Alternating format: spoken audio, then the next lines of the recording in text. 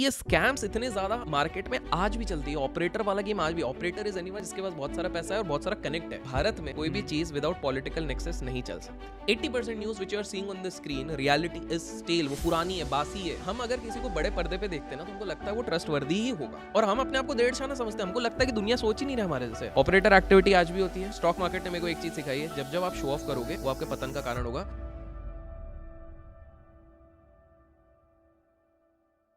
Hello अभिषेक भाई, hello, कैसे हैं आप? सब बढ़िया। आज क्या खा के शुरू करना है? आज तो कॉफी पी के शुरू करते हैं। तो ये बताइए, आपकी स्टॉक मार्केट की जर्नी कैसे शुरू हुई? कहाँ से आपने स्टॉक मार्केट में घुसे? तो मुझे ना शेयर बाज़ार में करीब 11 से 12 साल हो चुके हैं, 11.5। तो मैं 12 राउंड ऑफ कर रहा हूँ। तो मैं कोई ऐसी फैमिली से आता नहीं हूँ जिसका शेयर बाज़ार से बहुत ज़्यादा ताल्लुक है। मेरे पिताजी एक तरीके से आप समझिए वो टीचर हैं गवर्नमेंट में। स्वाभाविक सी बात है, काफ़ी लोग सोचते हैं गवर्नमेंट मतलब लकी है, बट उनको बता दूं कि जब मैंने शुरुआत करी थी उनकी सैलरी मंथ की 1500 थी। तो गवर्नमेंट मतलब ये नहीं होता है कि हर कोई IAS ऑफिसर ही होगा, गवर्नमेंट में भी अलग अलग होते हैं। ये तो 7th पे कमीशन के बाद सैलरीज बस एग्जैक्टली। अच्छा, आपके भी कोई हाँ, है? मम्मी पापा टीचर है मेरे भी। बस आप समझ गए। तो वो चीज़ थी। तो स्वाभाविक सी बात है, मुझे ज़्यादा पैसा मिला नहीं था कि मैं शेयर बाज़ार के बारे में सोचूं भी, और फैमिली में किसी को इस पे इंटरेस्ट भी नहीं था। ऊपर से अरशद मेहता जी के कारण तो सबको ही पता है, नाम खराब हो रखा था। नाम खराब हो चुका है ऑलरेडी। तो जब मैं कॉमर्स का ग्रेजुएट हूँ, उसके बाद मैंने MBA भी किया है। ऑल्दो MBA इसलिए किया क्योंकि वेला बैठा हुआ था और कुछ नहीं, घर वालों ने सोचा कुछ कर ले तो MBA कर लिया। जब मैं कॉमर्स कर रहा था तो वहाँ पर एक सब्जेक्ट होता है बिजनेस स्टडीज़। हाँ। और बिजनेस स्टडीज़ में कैपिटल मार्केट करके सब्जेक्ट आता है। तो वहाँ पर हमारी एक फैकल्टी ने हमको असाइनमेंट दिया था, और लकीली मुझे वॉरेन बफेट के ऊपर ही असाइनमेंट मिला। तो जब मैं रिसर्च कर रहा था, ये वो समय है जब इंटरनेट इजीली अवेलेबल नहीं था। मतलब वो BSNL का 200 MB आता था, साल भर का 200 MB बता रहा हूँ, महीने भर का 200 MB। एंड वो लैन केबल या कुछ केबल बोलते थे, और वो 200 MB खत्म होने के बाद जो बिल आता था वो खतरनाक। बिल्कुल बिल्कुल। तो ये तब की बात है। तो मैं जब सर्च कर रहा था तो मैं देखा यार, एक व्यक्ति है वॉरेन बफेट, जिसने एक नहीं, दो नहीं, 30 40 50 साल से पैसे कमाए, रिचेस्ट था उस समय पे US के। एंड उन्होंने इतना ज़्यादा पैसा कमाया, वो भी शेयर बाजार से। स्वाभाविक सी बात है, ये लक तो नहीं होगा। देखिए, 1 साल कोई करे, 2 साल करे तो मैं कहूँगा गैम्बलिंग है, लक है। इतने सालों तक किया हुआ है, कंसिस्टेंटली किया हुआ है। तो मैंने बोला कुछ तो बात है। तो ये मेरा एक टच हुआ था। उसके बाद तो कॉलेज में मजे मस्ती में हम लोग रहते हैं, ठीक है। अब कॉलेज में एक और किस्सा हुआ था। कॉलेज में ये हुआ था कि एक मुंबई की बहुत प्रसिद्ध कॉलेज है SP जैन नामक, ठीक है। तो SP जैन और बहुत बड़े बड़े IIT और IIM वाले काफ़ी सारे लोग, भोपाल में एक कंपटीशन होने वाला था, उसमें आने वाले थे। और मुझे बहुत बड़ा ये हो गया था कि मुझे देखना रहता है, क्यूरोसिटी रहती है कि भाई क्योंकि देखिए मेरा ओरिजिन्स उड़ीसा का है, और आप अगर इकोनॉमिक्स भी पढ़ेंगे तो आपको पता लगेगा उड़ीसा थोड़ा पिछड़े उसमें आता है, मतलब इकोनॉमिकली इतना साउंड नहीं है। तो जब भी कोई इकोनॉमिकली उस लाइन से आता है ना, तो उसको हमेशा एक क्यूरियोसिटी रहती है, अच्छा ये IIT वाले कैसे रहते हैं, IIM वाले कैसे, क्योंकि बहुत हाइप मची रहती है ना सबके सामने। तो मैंने बोला जाएंगे। तो मैं बहुत कॉम्पिटिशन्स में जाता था, और मुझे बहुत जल्दी एक रियलिटी क्रैक हुआ, नॉट टू ब्रैग, कि IITs और IIM वालों को मैं कॉम्पिटिशन्स में हराता था। अच्छा। और एक इसी तरह का कंपटीशन था जिसमें फाइनल राउंड पे SP जैन इसलिए बोला क्योंकि फाइनल राउंड पे वो भी थे, मैं भी था, और 1-2 और टीम थे। तो उनको जज कर रहे थे BSc के एक बहुत बड़े ऑफिशियल उस समय के। अच्छा। तो जब ये सारा मेरा कंपटीशन हुआ, उसमें मैं रनर अप रहा, फर्स्ट नहीं आ पाया, रनर अप रहा। लेकिन वो BSc वालों ने समझा कि इसके अंदर स्किल है, टैलेंट है। तो उन्होंने बात में मेरे को बहुत सारी चीज़ें बताई। 1-1.5 घंटे हमारा डिस्कशन हुआ अलग से, जिसमें मेरे को और थोड़ा इंटरेस्ट बढ़ा। थर्ड फाइनल इंटरेस्ट तब बढ़ा जब मेरे जो साथ वाले लोग थे, तो कॉलेज के पहले सर्टिफिकेशन करने का थोड़ा शौक रहता है कि कोई सर्टिफिकेशन कर लिया जाए, जब गैप है वो समर वेकेशंस पे। तो ये लोग एक स्टॉक मार्केट सर्टिफिकेशन करने जा रहे थे। एक HSBC के पुराने एक फंड मैनेजमेंट डिपार्टमेंट में काम करते थे, उन्होंने छोड़कर अपना खुद पे एक एंजल में फ्रेंचाइजी ली थी, और वो थोड़ा बहुत साइड में सिखा रहे थे। हाँ। उस समय पे कॉस्ट होगा 1200 से 1500 रुपये। आज के समय पे वो 15,000 20,000 के जैसे कोर्सेज रहते हैं, उस हिसाब से था। तो दोस्त लोग गए। अब मैंने आप लोगों को बताया कि टीचर की फैमिली ना कभी भी एजुकेशन रिलेटेड चीज़ों पे मना नहीं करेगी, ये कॉम्प्रोमाइज़ नहीं करेंगे। वो बोलेंगे आपको जितना पढ़ना है पढ़ो, उस पर कोई टेंशन नहीं है। तो उन्होंने कहा ठीक है, तुमको पढ़ना है। घर वालों ने बोला जाओ पढ़ो सीखो। अब मैं गया, पहले 3 दिन मेरे को बोरियत लगी, सच बताऊं, क्योंकि वो वही चीज़ बता रहे हैं जो हमने कॉमर्स में पढ़ी है कि एक इनिशियल पब्लिक ऑफर होता है, कैपिटल मार्केट होता है, ये सब हमने कॉमर्स में पढ़ लिया है। तो चौथे दिन उन्होंने ना टर्मिनल दिखा दिया। अच्छा, जो मेन चीज़ है, मेन चीज़, शेर के मुंह को खून लगने वाली बात। बस। और उन्होंने गलती से फ्लो में बोल दिया कि आज मेरे एक क्लाइंट को मैंने एक दिन में 10,000 कमवा के दिए। बस अब तो हमारा दिमाग ही खराब। क्योंकि हम उस समय पे ये सोच रहे हैं महीने की 15,000 की सैलरी लग जाए तो बहुत बड़ी बात है, और यहाँ पर कोई व्यक्ति बात कर रहा है दिन में 10,000 रुपये। मैंने बोला यार ये कोई तो चीज़ है इधर अब है। तो ये उस समय पे ना मेरे हिसाब से ज़रूर था, तब आया नहीं था। जो आज का सबसे बड़ा डिस्काउंट ब्रोकर है, आने वाला था, उसके 2-3 साल बाद आने वाला था। तो उस समय पे फिजिकल ब्रोकर्स रहते थे। तो फिजिकल ब्रोकर्स में क्या रहता था कि RM रहता था, रिलेशनशिप मैनेजर। वो रिलेशनशिप मैनेजर ही आपका स्टॉक एडवाइजर रहता है। वो रिलेशनशिप मैनेजर ही आपसे बिजनेस निकलवाता है जो आपको पता भी नहीं रहता है। वो रिलेशनशिप मैनेजर ही आपकी डॉक्यूमेंटेशन करता है, और वही कस्टमर केयर है। उसके ऊपर मतलब ऑल इन वन सेल्स वाला बंदा है। जो भी काम है उसको कॉल करो, उसी को करना है, उसी को करना है, उसी से मिलना है। तो हमारे इधर एक रहता है, एक बिल्डिंग में सारे ब्रोकर्स लोग रहते हैं, उसमें से एक जगह पे जाके मैंने अकाउंट खोला है, और वो जिस ब्रोकर में खुला है वो ब्रोकर एग्जिस्ट भी नहीं करता।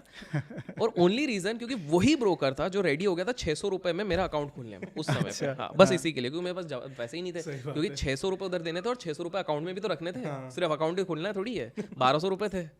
तो मैंने खोला उस समय पे। तो अब वो प्रोसेस भी बहुत लंबा था, 7-8 दिन 9-10 दिन लग जाते थे। आजकल की तरह नहीं है। अरे आपको बताओ, मैंने पहला बार मैंने शायद साइन किया था, 60 पेज साइन किए थे। मैं बोला प्रॉपर्टी तो नहीं ले रहे हो मेरे, इतने सारे सिग्नेचर करवा। हाँ कहते साइन सर, इधर भी मैंने अरे कितना साइन करवा रहे हो, और पढ़ भी नहीं सकते इतना कौन पढ़े। मैंने ठीक है यार, 1-2 पेज पढ़ने के बाद तो हार मान ही। एग्जैक्टली। आजकल तो ऑनलाइन हो जाता है, बस ये कर आई एक्सेप्ट, टक टक टक कॉल आ गया, हेलो सर ये कर दो, और आपका 6 मंथ्स का स्टेटमेंट और ये सब डाल दो, हो गया। तब तो इतनी सारी चीजें, ये लगाओ वो लगा। मैं बोला यार चलो कर देते हैं, अब इतना कर रहे हैं, खोलना तो है ही। अब वहाँ से जर्नी थोड़ी शुरू हुई है। पहले ही रियलाइज़ हो गया कि इतना आसान भी नहीं है।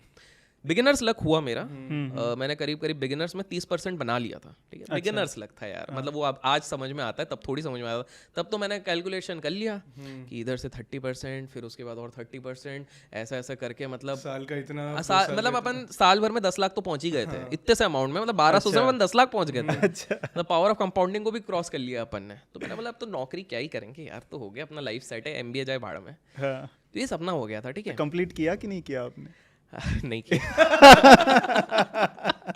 यार, वो सोचने में वो पुलाव, ख्याली पुलाव बहुत बढ़िया बनते हैं, बट नहीं किक मिला है अभी।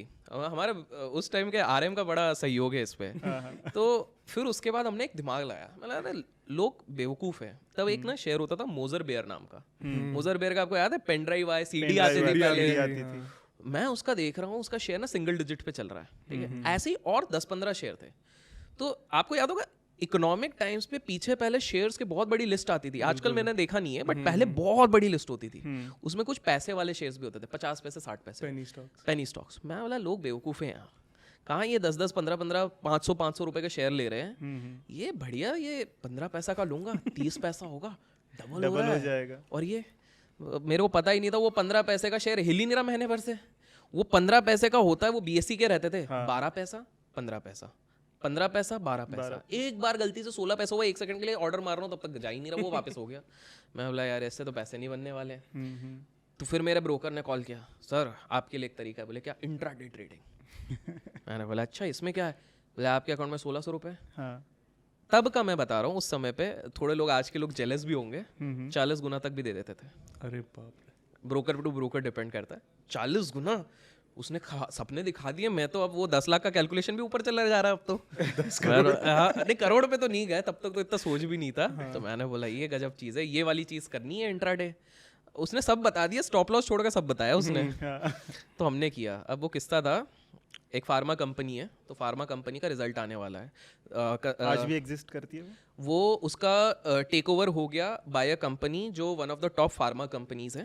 तो ऑडियंस गेस कर सकती है, सूरज से उसका नाम शुरू होता है, उसने टेक ओवर कर लिया। आप लोग गेस करिए आप लोग गेस कर लीजिए कौन सी कंपनी थी। तो उस कंपनी का ना बहुत वॉलेटाइल रहता था, मज़ा आता था। मैं सुबह बैठा हुआ हूँ, ठीक है, अब मैं देख रहा हूँ। और तब हम अपने आप को आइंस्टाइन समझते थे। हमने बोला यार टीवी पे ना 15 एनालिस्ट आ रहे हैं 2-3 चैनल पे, तो 5 इनके टिप्स लेने, 5 इनके टिप्स लेने, 5 इनका टिप्स लेना है, बस हो गया। किसी ना किसी का चलेगा, बस हो गया। स्ट्रेटजी मिक्स करके मैं 2 दिन, मेरी एनालिसिस ऐसी, 2 दिन में देख रहा हूँ अच्छा इनका नक्षत्र अच्छा चल रहा है, इनका बुरा चल रहा है, ये कंसेप्ट है। तो हमने बोला और देखिए एक ट्रस्ट होता है, ट्रेंडिंग स्टॉक की जगह ट्रेंडिंग एनालिस्ट बिल्कुल यही। और हम अपने आप को डेढ़ शाना समझते हैं, हमको लगता है कि दुनिया सोच ही नहीं रहा हमारे जैसे। और प्रॉब्लम क्या है कि देखिए हमारी भी गलती क्या है, हम अगर किसी को बड़े पर्दे पे देखते हैं ना तो हमको लगता है वो ट्रस्टवर्दी ही होगा। तो मैंने भी बोला यार ट्रस्टवर्दी है। मेरे को नहीं पता था कि इतने सारे गेम्स, ये इवेंचुअली जब प्रोसेस के ऑपरेटर्स के गेम्स होते हैं यहाँ पर, स्कैम्स कितने सारे, किस तरह से मीडिया भी इन्वॉल्व रहती है इन सारी चीज़ों पे, ये मेरे को नहीं पता था। तो हम करते हैं। अब वो पेपर पे तो सब बढ़िया चल रहा था, इधर आके तो पूरा उल्टा चल रहा है, लॉस पे लॉस, लॉस पे लॉस, लॉस पे लॉस। मैंने बोला बाढ़ में जा, अब मैं अपना खुद का करूंगा। अपने खुद के करने में, ये फार्मा कंपनी की जो बात कर रहा हूँ, तो इनका मेरे को, अब मैं तब न्यूज़ ट्रैक नहीं कर रहा हूँ, इनके एक सुप्रीम कोर्ट का कुछ वर्डिक्ट आने वाला था। अच्छा। और वो आने वाला था 11 सवा 11 बजे के आसपास। तो हमने सुबह इंट्राडे ट्रेड ले लिया मार्जिन में। मैं देख रहा हूँ सुबह सुबह 400 रुपये ऊपर हूँ। मैं अरे भैया 400 रुपये, और मैंने लेजिट बुक भी नहीं किया है। मैं तो एज्यूम कर लिया हूँ आज एंड ऑफ द डे तो और खतरनाक पैसा है। हम दोस्तों के साथ मैकडी का पार्टी कर लिया, क्योंकि नया नया मैकडी आया है, पहली बार कंसेप्ट आ रहा है। ये उस समय की बात है जब मैकडी में आपको 11 रुपए या 10 रुपए में आइसक्रीम मिल जाती थी, वो वाली सॉफ्टी। हाँ, और बर्गर भी 15 रुपए में हो जाता था, आलू टिक्की। आप तो शुरू ही होता 100 रुपए से, मत आने, और वो भी मील ही चिपकाते हैं। तो हम बोले यार, मैं बुला लिया 3 जन, अरे आज पार्टी, आज तुम्हारा भाई पार्टी दे रहा है, आज पार्टी तेरे आज पार्टी है, बिल्कुल। अब वो कर रहे हैं, उधर हूँ, फोन आता है ब्रोकर का, आरएम का, सर आपका पोजीशन स्क्वायर ऑफ कर रहे हैं, आपको नुकसान हो गया। मैं बोला है नुकसान हो गया? अभी तो 1.5-2 घंटे पहले तो मैं प्रॉफिट में। अच्छा, उसने काट दिया है पहले सौदा। पहले इतना वो होता था, मतलब आपको पहले काट देंगे फिर फोन करेंगे, पूछेंगे नहीं। मैंने बोला क्या हो गया? बोले अरे सर वो पूरा नीचे आ गया, आपका बहुत नुकसान हो रहा था, तो 800 रुपए गए आपके, काट दिए। मैंने बोला अरे ऐसे कैसे? तो बोला आपने स्टॉप लॉस नहीं लगाया। पहली बार तो मैंने वर्ड सुना, अच्छा स्टॉप लॉस ये क्या है? बाद में पता लगा सुप्रीम कोर्ट का वर्डिक्ट अगेंस्ट आ गया था। अच्छा। तो उस चक्कर में वो ऊपर वाली चीज पूरी डिप हो गई, जैसे न्यूज बेस होता है ना, वो पूरा कैंडल। अब अपन तो यार बिल्कुल सदमे में, पार्टी भी दे दी है, वक्त बदल गया, जज्बात बदल गए, सब बदल गया इस बार। और अकाउंट पूरा खाली हो गया था तब? नहीं बच गए थे यार, मतलब 20% कैपिटल बच गया था। अब अपन तो सदमे में ही है यार। देखो एक नॉर्मल बंदा जो शुरू कर रहा है ना, 400 रुपये आज लोगों को कम लगेगा कि भाई डेट पे जा रहे उतने में उड़ जा रहा है, लेकिन बड़ी चीज़ होती है। और स्पेसिफिकली जो साल भर में 1200 बचा है उसके लिए बहुत बड़ी चीज़ हो जाती है। तो यार अपन तो सदमे में। पर इसका एक बात है कि स्टॉप लॉस, और मैंने थोड़ा थोड़ा सुना, ये टीवी वाले भी कुछ बोलते हैं, टारगेट ये, स्टॉप लॉस ये, टारगेट। तो मैंने क्या है, मैंने उसी से पूछा, मैं पहुंच गया, ऑफिस पहुंचा, तो मैंने समझा सीन क्या है। बोले सर आप ऐसा लगाओ, 100 रुपये पे लगे 95 पे लगा दो, तो 95 पे कट जाएगा ताकि अब। मैंने बोला हाँ ये बढ़िया चीज़ है। तो हमने स्टॉप लॉस, लेकिन स्टॉप लॉस के साथ उसने और एक चीज़ सिखा दी। बोले सर आप ये सब में क्यों पढ़ रहे हो, और 1000 रुपये 500 रुपये डालो, एक ऑप्शन करके चीज़ होती है। अरे मैं बोला अरे ये क्या चीज़ है? तो वो मेरे को पेपर, मेरे को आज भी याद है, उसने पेपर पे बताया हुआ है। और निफ्टी उस समय पे मेरे हिसाब से कुछ 4,500-5 हज़ार के आसपास है। बोले निफ्टी ऐसे ऐसे 6,000-7,000 जब जाएगा ना, तो आपका पैसा ऐसे ऐसे बढ़ जाएगा। और उसने तो इतने अच्छे से बताया, बोले हैं ऐसा? तो बोला आपने जो लॉस किया ऐसे कवर हो जाएगा। और उस टाइम पे मेरे को एग्जैक्ट नहीं याद है, बट शायद पर लॉट ले रहे थे 120-140 रुपीज़ ले रहे थे पर लॉट। ये तब की है, मतलब तब बिल्कुल वो था 20 रुपये। अब ज़ेरोदा की एंट्री हो गई है, मेरे को तो आज भी याद है। जब बाय द वे बहुत लोगों को शायद पता नहीं होगा कि इनिशियली जब ज़ेरोदा स्टार्ट हुआ था, तब उनके जो फाउंडर्स ये स्टोरी हमने भी सुनी, वो खुद बात करते थे। मुझे मैंने नितिन जी से बात करी हुई है उस समय पे, और वो मेरे को 5 मिनट के समझा रहे हैं। मेरे को विश्वास, 20 रुपये इतना कम? तो वो समझा रहे हैं कि नहीं यूएस में ऑलरेडी कंसेप्ट है, और इंडिया में भी मुंबई में एक ब्रोकर है ऑलरेडी पहले से करते हैं, उन्होंने पब्लिसाइज नहीं किया। मैंने ना, अब मेरे को बिलीव ही नहीं हो रहा, क्योंकि हम तो इतना ब्रोकरेज दे चुके हैं। तो आपको लग रहा है स्कैम है कुछ? हाँ, मैंने कुछ तो कैच होगा, इतना बढ़िया कैसा होता है। डर लगता है कि एक तो नया ब्रोकर है वो है, लेकिन वो काफ़ी अच्छे उनने मार्केट, तभी वो इतना अच्छा ग्रो कर गए। तो मैंने बोला यार चलो ठीक है। तो हमने उधर ये किया निफ्टी वाले। अब स्टोरी को थोड़ा शॉर्ट अगर करूँ, 2.5 साल तक मैंने टाइम पास कर करके नुकसान ही किया है। पहले 2.5 साल, क्योंकि मैंने लेजिट जुआ करा है, कुछ नहीं किया है। 52 वीक हाई को मैंने बेचा है, क्योंकि और कितना ऊपर जाएगा। 52 वीक लो को मैंने खरीदा है, और कितना नीचे जाएगा। न्यूज़ में आए वाली चीज़, फिर मैंने बोला चलो यार अब ये खरीदने से तो पैसा नहीं बन रहा, तो बेच देता हूँ, वही चीज़ ऊपर चले जाती थी। क्योंकि वो सही में उसमें न्यूज़ रहती थी, तो वो सही में ऊपर जाने वाली पॉजिटिव न्यूज़ है। क्वार्टर रिजल्ट्स को मॉनिटर किया, तो उसमें भी पैसे फंसे, क्योंकि अच्छे न्यूज़ पे ऊपर नीचे चले जाता है, बुरे न्यूज़ पे ऊपर चले जाता है। तो सब मैंने बिना एनालिसिस के किया, टेक्निकल वेक्निकल कुछ ज़्यादा पता नहीं, और मैंने बोला छोड़ो। फिर 2.5 साल बाद ना एक टाइम आया जब मैंने सोचा छोड़ ही देते हैं यार, सही में जुआ है। क्योंकि आसपास सब जुआ बोलते हैं, और मेरे पास एग्जाम्पल नहीं थे ना आसपास देखने। आज ना हमारे पास ट्विटर है, यूट्यूब है, इंस्टाग्राम है, काफ़ी सारी चीज़ें हैं, बट उस समय पे हमारे पास एग्जाम्पल भी नहीं थे। फॉरेन के छोड़ो, इतने समय के बाद उम्मीद भी हारने लगती है, उम्मीद हार जाते हैं अपन। बट एक चीज़ अच्छी थी, तो जब आपके पास स्टार्टिंग में आपके पास कम पैसे होते हैं, आपने कम गवाए ना, तो आपके पास उठने का ज़्यादा मौका रहता है। क्योंकि मैंने 6 बार अकाउंट ब्लॉक किया, बट स्टिल मैंने ब्लो करते करते भी टोटल 40,000 या 30,000 ब्लो करा होगा। बाद में मेरे पास एक मेरे पिताजी का एफडी भी तोड़ा था, तो उधर से आया था पैसा। सॉरी पिताजी, बट वो आज तक सोच रहे वो कॉलेज की फीस थी नहीं, बट वो ये वीडियो मत देखना आप। तो वो इसमें लग गई थी, और वो यार उनके बड़े पुराने साल मेहनत की, मतलब करीब करीब 8-10 साल के उनने थोड़ा थोड़ा करके वो किया हुआ था, बट ठीक है जो भी है। तो वो चीज़ हुई, तो इस तरह से नुकसान हुआ। बट फिर मैंने एक चीज़ सोची, मैं थोड़ा सा ना मोटिवेशनल किताबों पढ़ने में थोड़ा सा लग गया कि हमारे कॉलेज के डायरेक्टर पढ़ते थे। At the age of 80 he used to read books.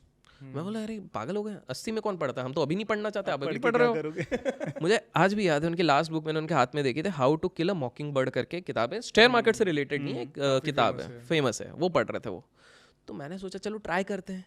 तो ये बहुत अच्छी आदत मेरे को लगी, किताब पढ़ी, मैंने बोला एक काम करते अभिषेक, अंधाधुन खेला है, सीख के करते हैं, थोड़ा मोटिवेशनल चीज़ें पढ़ के, और साथ में सेंट्रल लाइब्रेरी में बैठ के जब मैं किताबें पढ़ता था तो मेरे को इनसाइट लगा कि ये। तो अगेन मैं नहीं कहूँगा मैं इंस्टेंट प्रॉफिट हुआ। फिर वो जो 2 साल थे अगले, मतलब 2.5 साल गए, 2 साल जो थे तब मैंने थोड़ा थोड़ा ट्रेड किया, हल्का फुल्का ट्रेड कर रहा हूँ, क्योंकि इन्वेस्टमेंट मेरे को एक चीज़ समझ में आ गई कि एक मिडिल क्लास जिसके पास कैपिटल नहीं है, वो विदाउट कैपिटल करेगा तो वो ग्रो इतने आसानी से नहीं कर पाएगा। या तो आपके पास एक चंक बन जाए, आप भले जॉब करो, बिजनेस करो, उसको आप इनिशियल कैपिटल चाहिए इन्वेस्ट के लिए। आप एक डिसेंट लाओ ना, एटलीस्ट 5 लाख रहे तो मैं कुछ सोच सकूं, बट 1,000, 5,000, 10,000 में नहीं कर सकता हूँ। तो मैंने थोड़ी ट्रेडिंग के ऊपर इंटरेस्ट लाया। फिर मेरे को कैंडल स्टिक समझ में आया, स्टीव नीसन की जापानीज कैंडल स्टिक मिली, फिर उसके बाद जे मर्फी की ये किताबें मिली। तो मैंने जब ये पढ़ा, मैंने अच्छा ये चीज़ भी होती है। फिर मेरे को अपनी गलतियां एहसास हुई कि यार मैं तब निकल सकता था। अच्छा इस मूविंग एवरेज के नीचे, जैसे 200 दिन के मूविंग एवरेज के नीचे तो निकल जाओ, क्यों लेके बैठे हुए हो, मतलब बहुत बेसिक चीज़ें बेसिकली। एब्सोल्युटली। तब अच्छा मैं आप लोगों को बता दूं, प्राइस एक्शन का हाइप लास्ट 7 साल से बना है इंडिया में। उससे पहले लोग इंडिकेटर यूज़ करते थे। मैं आप लोगों को बता दूं, चाहे कोई भी हो, पुराने एनालिस्ट भी देखो, वो RSI की बात करते थे, मूविंग एवरेज की बात करते थे। उसके बाद जो ऑप्शन सेलिंग का भी क्रेज़ है, क्योंकि मैंने वो पूरा फेज देखा हुआ है, ऑप्शन सेलिंग का क्रेज़ 2017 के बाद ज़्यादा चला है। क्यों? क्योंकि 18 में वीकली एक्सपायरीज आ गए, उसके बाद लोगों ने, तो जो लोग ये सोचते हैं ना कि ऑप्शन सेलिंग वाले सब माई बाप है, इन लोगों ने शुरू ही अभी किया हुआ है। ऑप्शन बाइंग और फ्यूचर्स चलता था। आपको पता है मैंने फ्यूचर्स मैं 15,000 में ओवरनाइट लेके जा सकता था। ये उस एरा की बात कर रहा हूँ। ये कब की?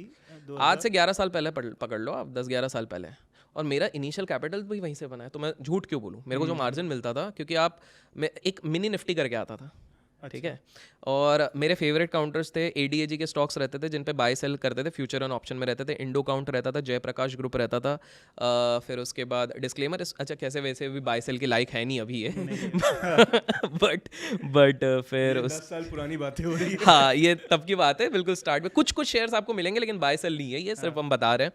फिर उसके बाद वर्क हार्ड फार्मा मेरा बड़ा फेवरेट होता था। जैसे कि मैं आप लोगों को बता दूं, वर्क हार्ड फार्मा एक ऐसा स्टॉक था, एक ही दिन में FNO का स्टॉक 18% ऊपर और उसी दिन 18% नीचे, ऐसा स्टॉक है। मैंने खुद को ट्रेड किया उस दिन, तो मेरे को ध्यान है। मैं और एक बताता हूँ, PC ज्वेलर आपने सुना होगा, आजकल भी है, ठीक है। PC ज्वेलर जब ब्रेक्सिट का समय हुआ था, तब मैं फ्यूचर्स में ट्रेड कर रहा था। लोग बिलीव नहीं करोगे, सर्किट उस समय पे खुल चुका है नहीं, सर्किट नहीं है।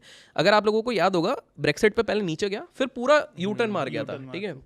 मैं 5 मिनट तक वेट कर रहा हूँ, क्योंकि PC ज्वेलर, अब तो मेरे को टेक्निकल एनालिसिस उस समय तक तो आ गई, अब तो बहुत आगे आ गए। तो मैं खरीदने को रेडी हूँ कि यार मेरे को कोई तो मिले, बायर कोई नहीं मिल रहा। आप सोचो FNO में आपको नहीं मिल रहा, वो 5 मिनट तक ऐसा सीन है। पहला बायर जैसे मिला, मैं मार्केट ऑर्डर मार रहा हूँ, मैंने जो भी मिले। और मेरा प्लान था कि मैं 11% बनाऊँ एटलीस्ट 1 महीने में। वो शायद 1-2 दिन में ही हो गया था, क्योंकि वो उस लेवल से फिर जिस तरह से बाउंस किया, PC ज्वेलर शॉर्ट करके भी बनाया मैंने, क्योंकि वो वक्रांगी के साथ एक इनका वो चल रहा था, एपिसोड चल रहा था, वो भी बड़ा अलग है, एक साइड है जिसके बारे में अपन डिस्कस करेंगे इस तरह की चीज़ों पे।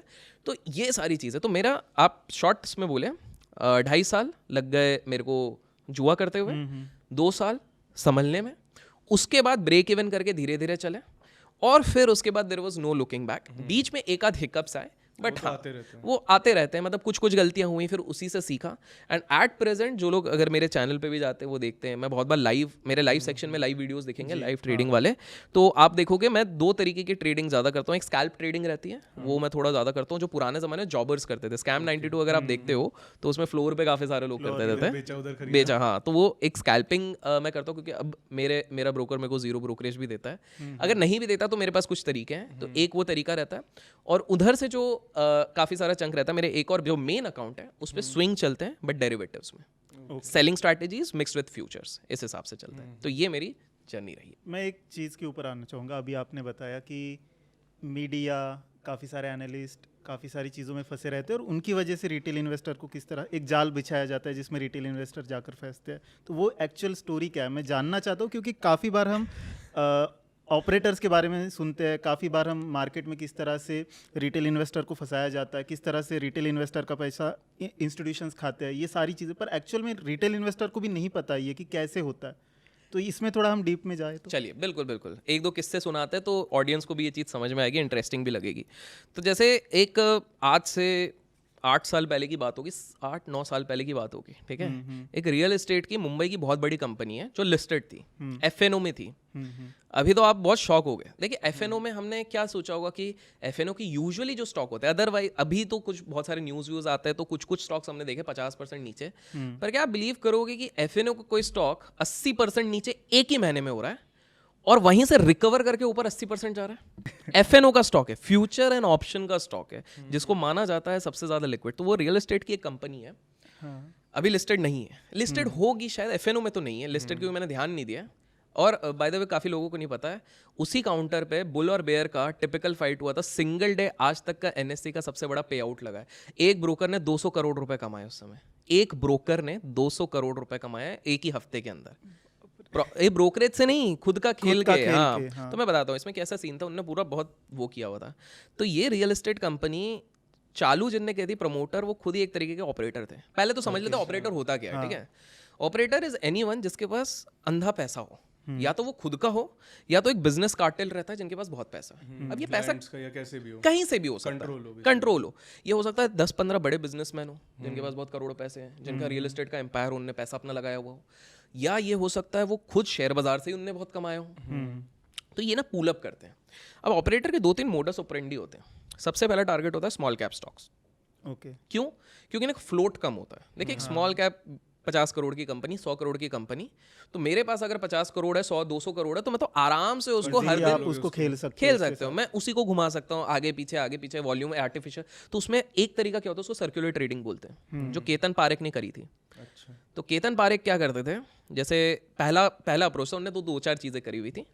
तो लेट्स टेक एन एग्जांपल, आप और मैं हो गए, मान लेते हैं आपके पास 50 करोड़ है, क्या पता हो सकते हैं। चलिए यहाँ नहीं बताएंगे, यहाँ नहीं बता सकते गाइस, बट ठीक है। बट हमने देखे तो आपके पास 50 करोड़ है, अब मेरे पास भी रख ही लेते हैं 50 करोड़, ठीक है। अब हम दोनों डिसाइड करते हैं कि यार ये XYZ स्टॉक हमने देख लिया, ठीक है। हम क्या बोलते हैं, इसके प्रमोटर से सीधे बात करते हैं कि देख तुम्हारे हवाले निकले पड़े हुए हैं, तुमको पता, मार्केट को नहीं पता, तुमको पता है तुम्हारी हालत टाइट है, पैसे आ नहीं रहे, सामान बिक नहीं रहा है। हम तुमको एक ऑफर करते हैं, तुम हमको अलाउ करो हमारे काउंटर पे, हम दोनों को ही थोड़े से शेयर्स दे दो, हम दोनों एक दूसरे के साथ बाय सेल, और प्लस हम अपने पैसे से भी करेंगे। आपने भी दिया, थोड़ा ऑफलोड किया, हम दोनों अपने शेयर में बाय सेल करेंगे, घुमाते रहेंगे। हाँ, तो आप क्या कर रहे हो, 11 रुपए में ले रहे हो, मैं 11.05 पे खरीद रहा हूँ, फिर मैं 11.05 पे वापस बेच रहा हूँ, आप 11 पे खरीद रहे हो। नेट कुछ नहीं है, वॉल्यूम दिख रहा है। अब बाहर वाला जो वॉल्यूम बजर देख रहा है, यार ये तो गजब काउंटर हो रहा है, इतना छोटा काउंटर, कुछ होने वाला है।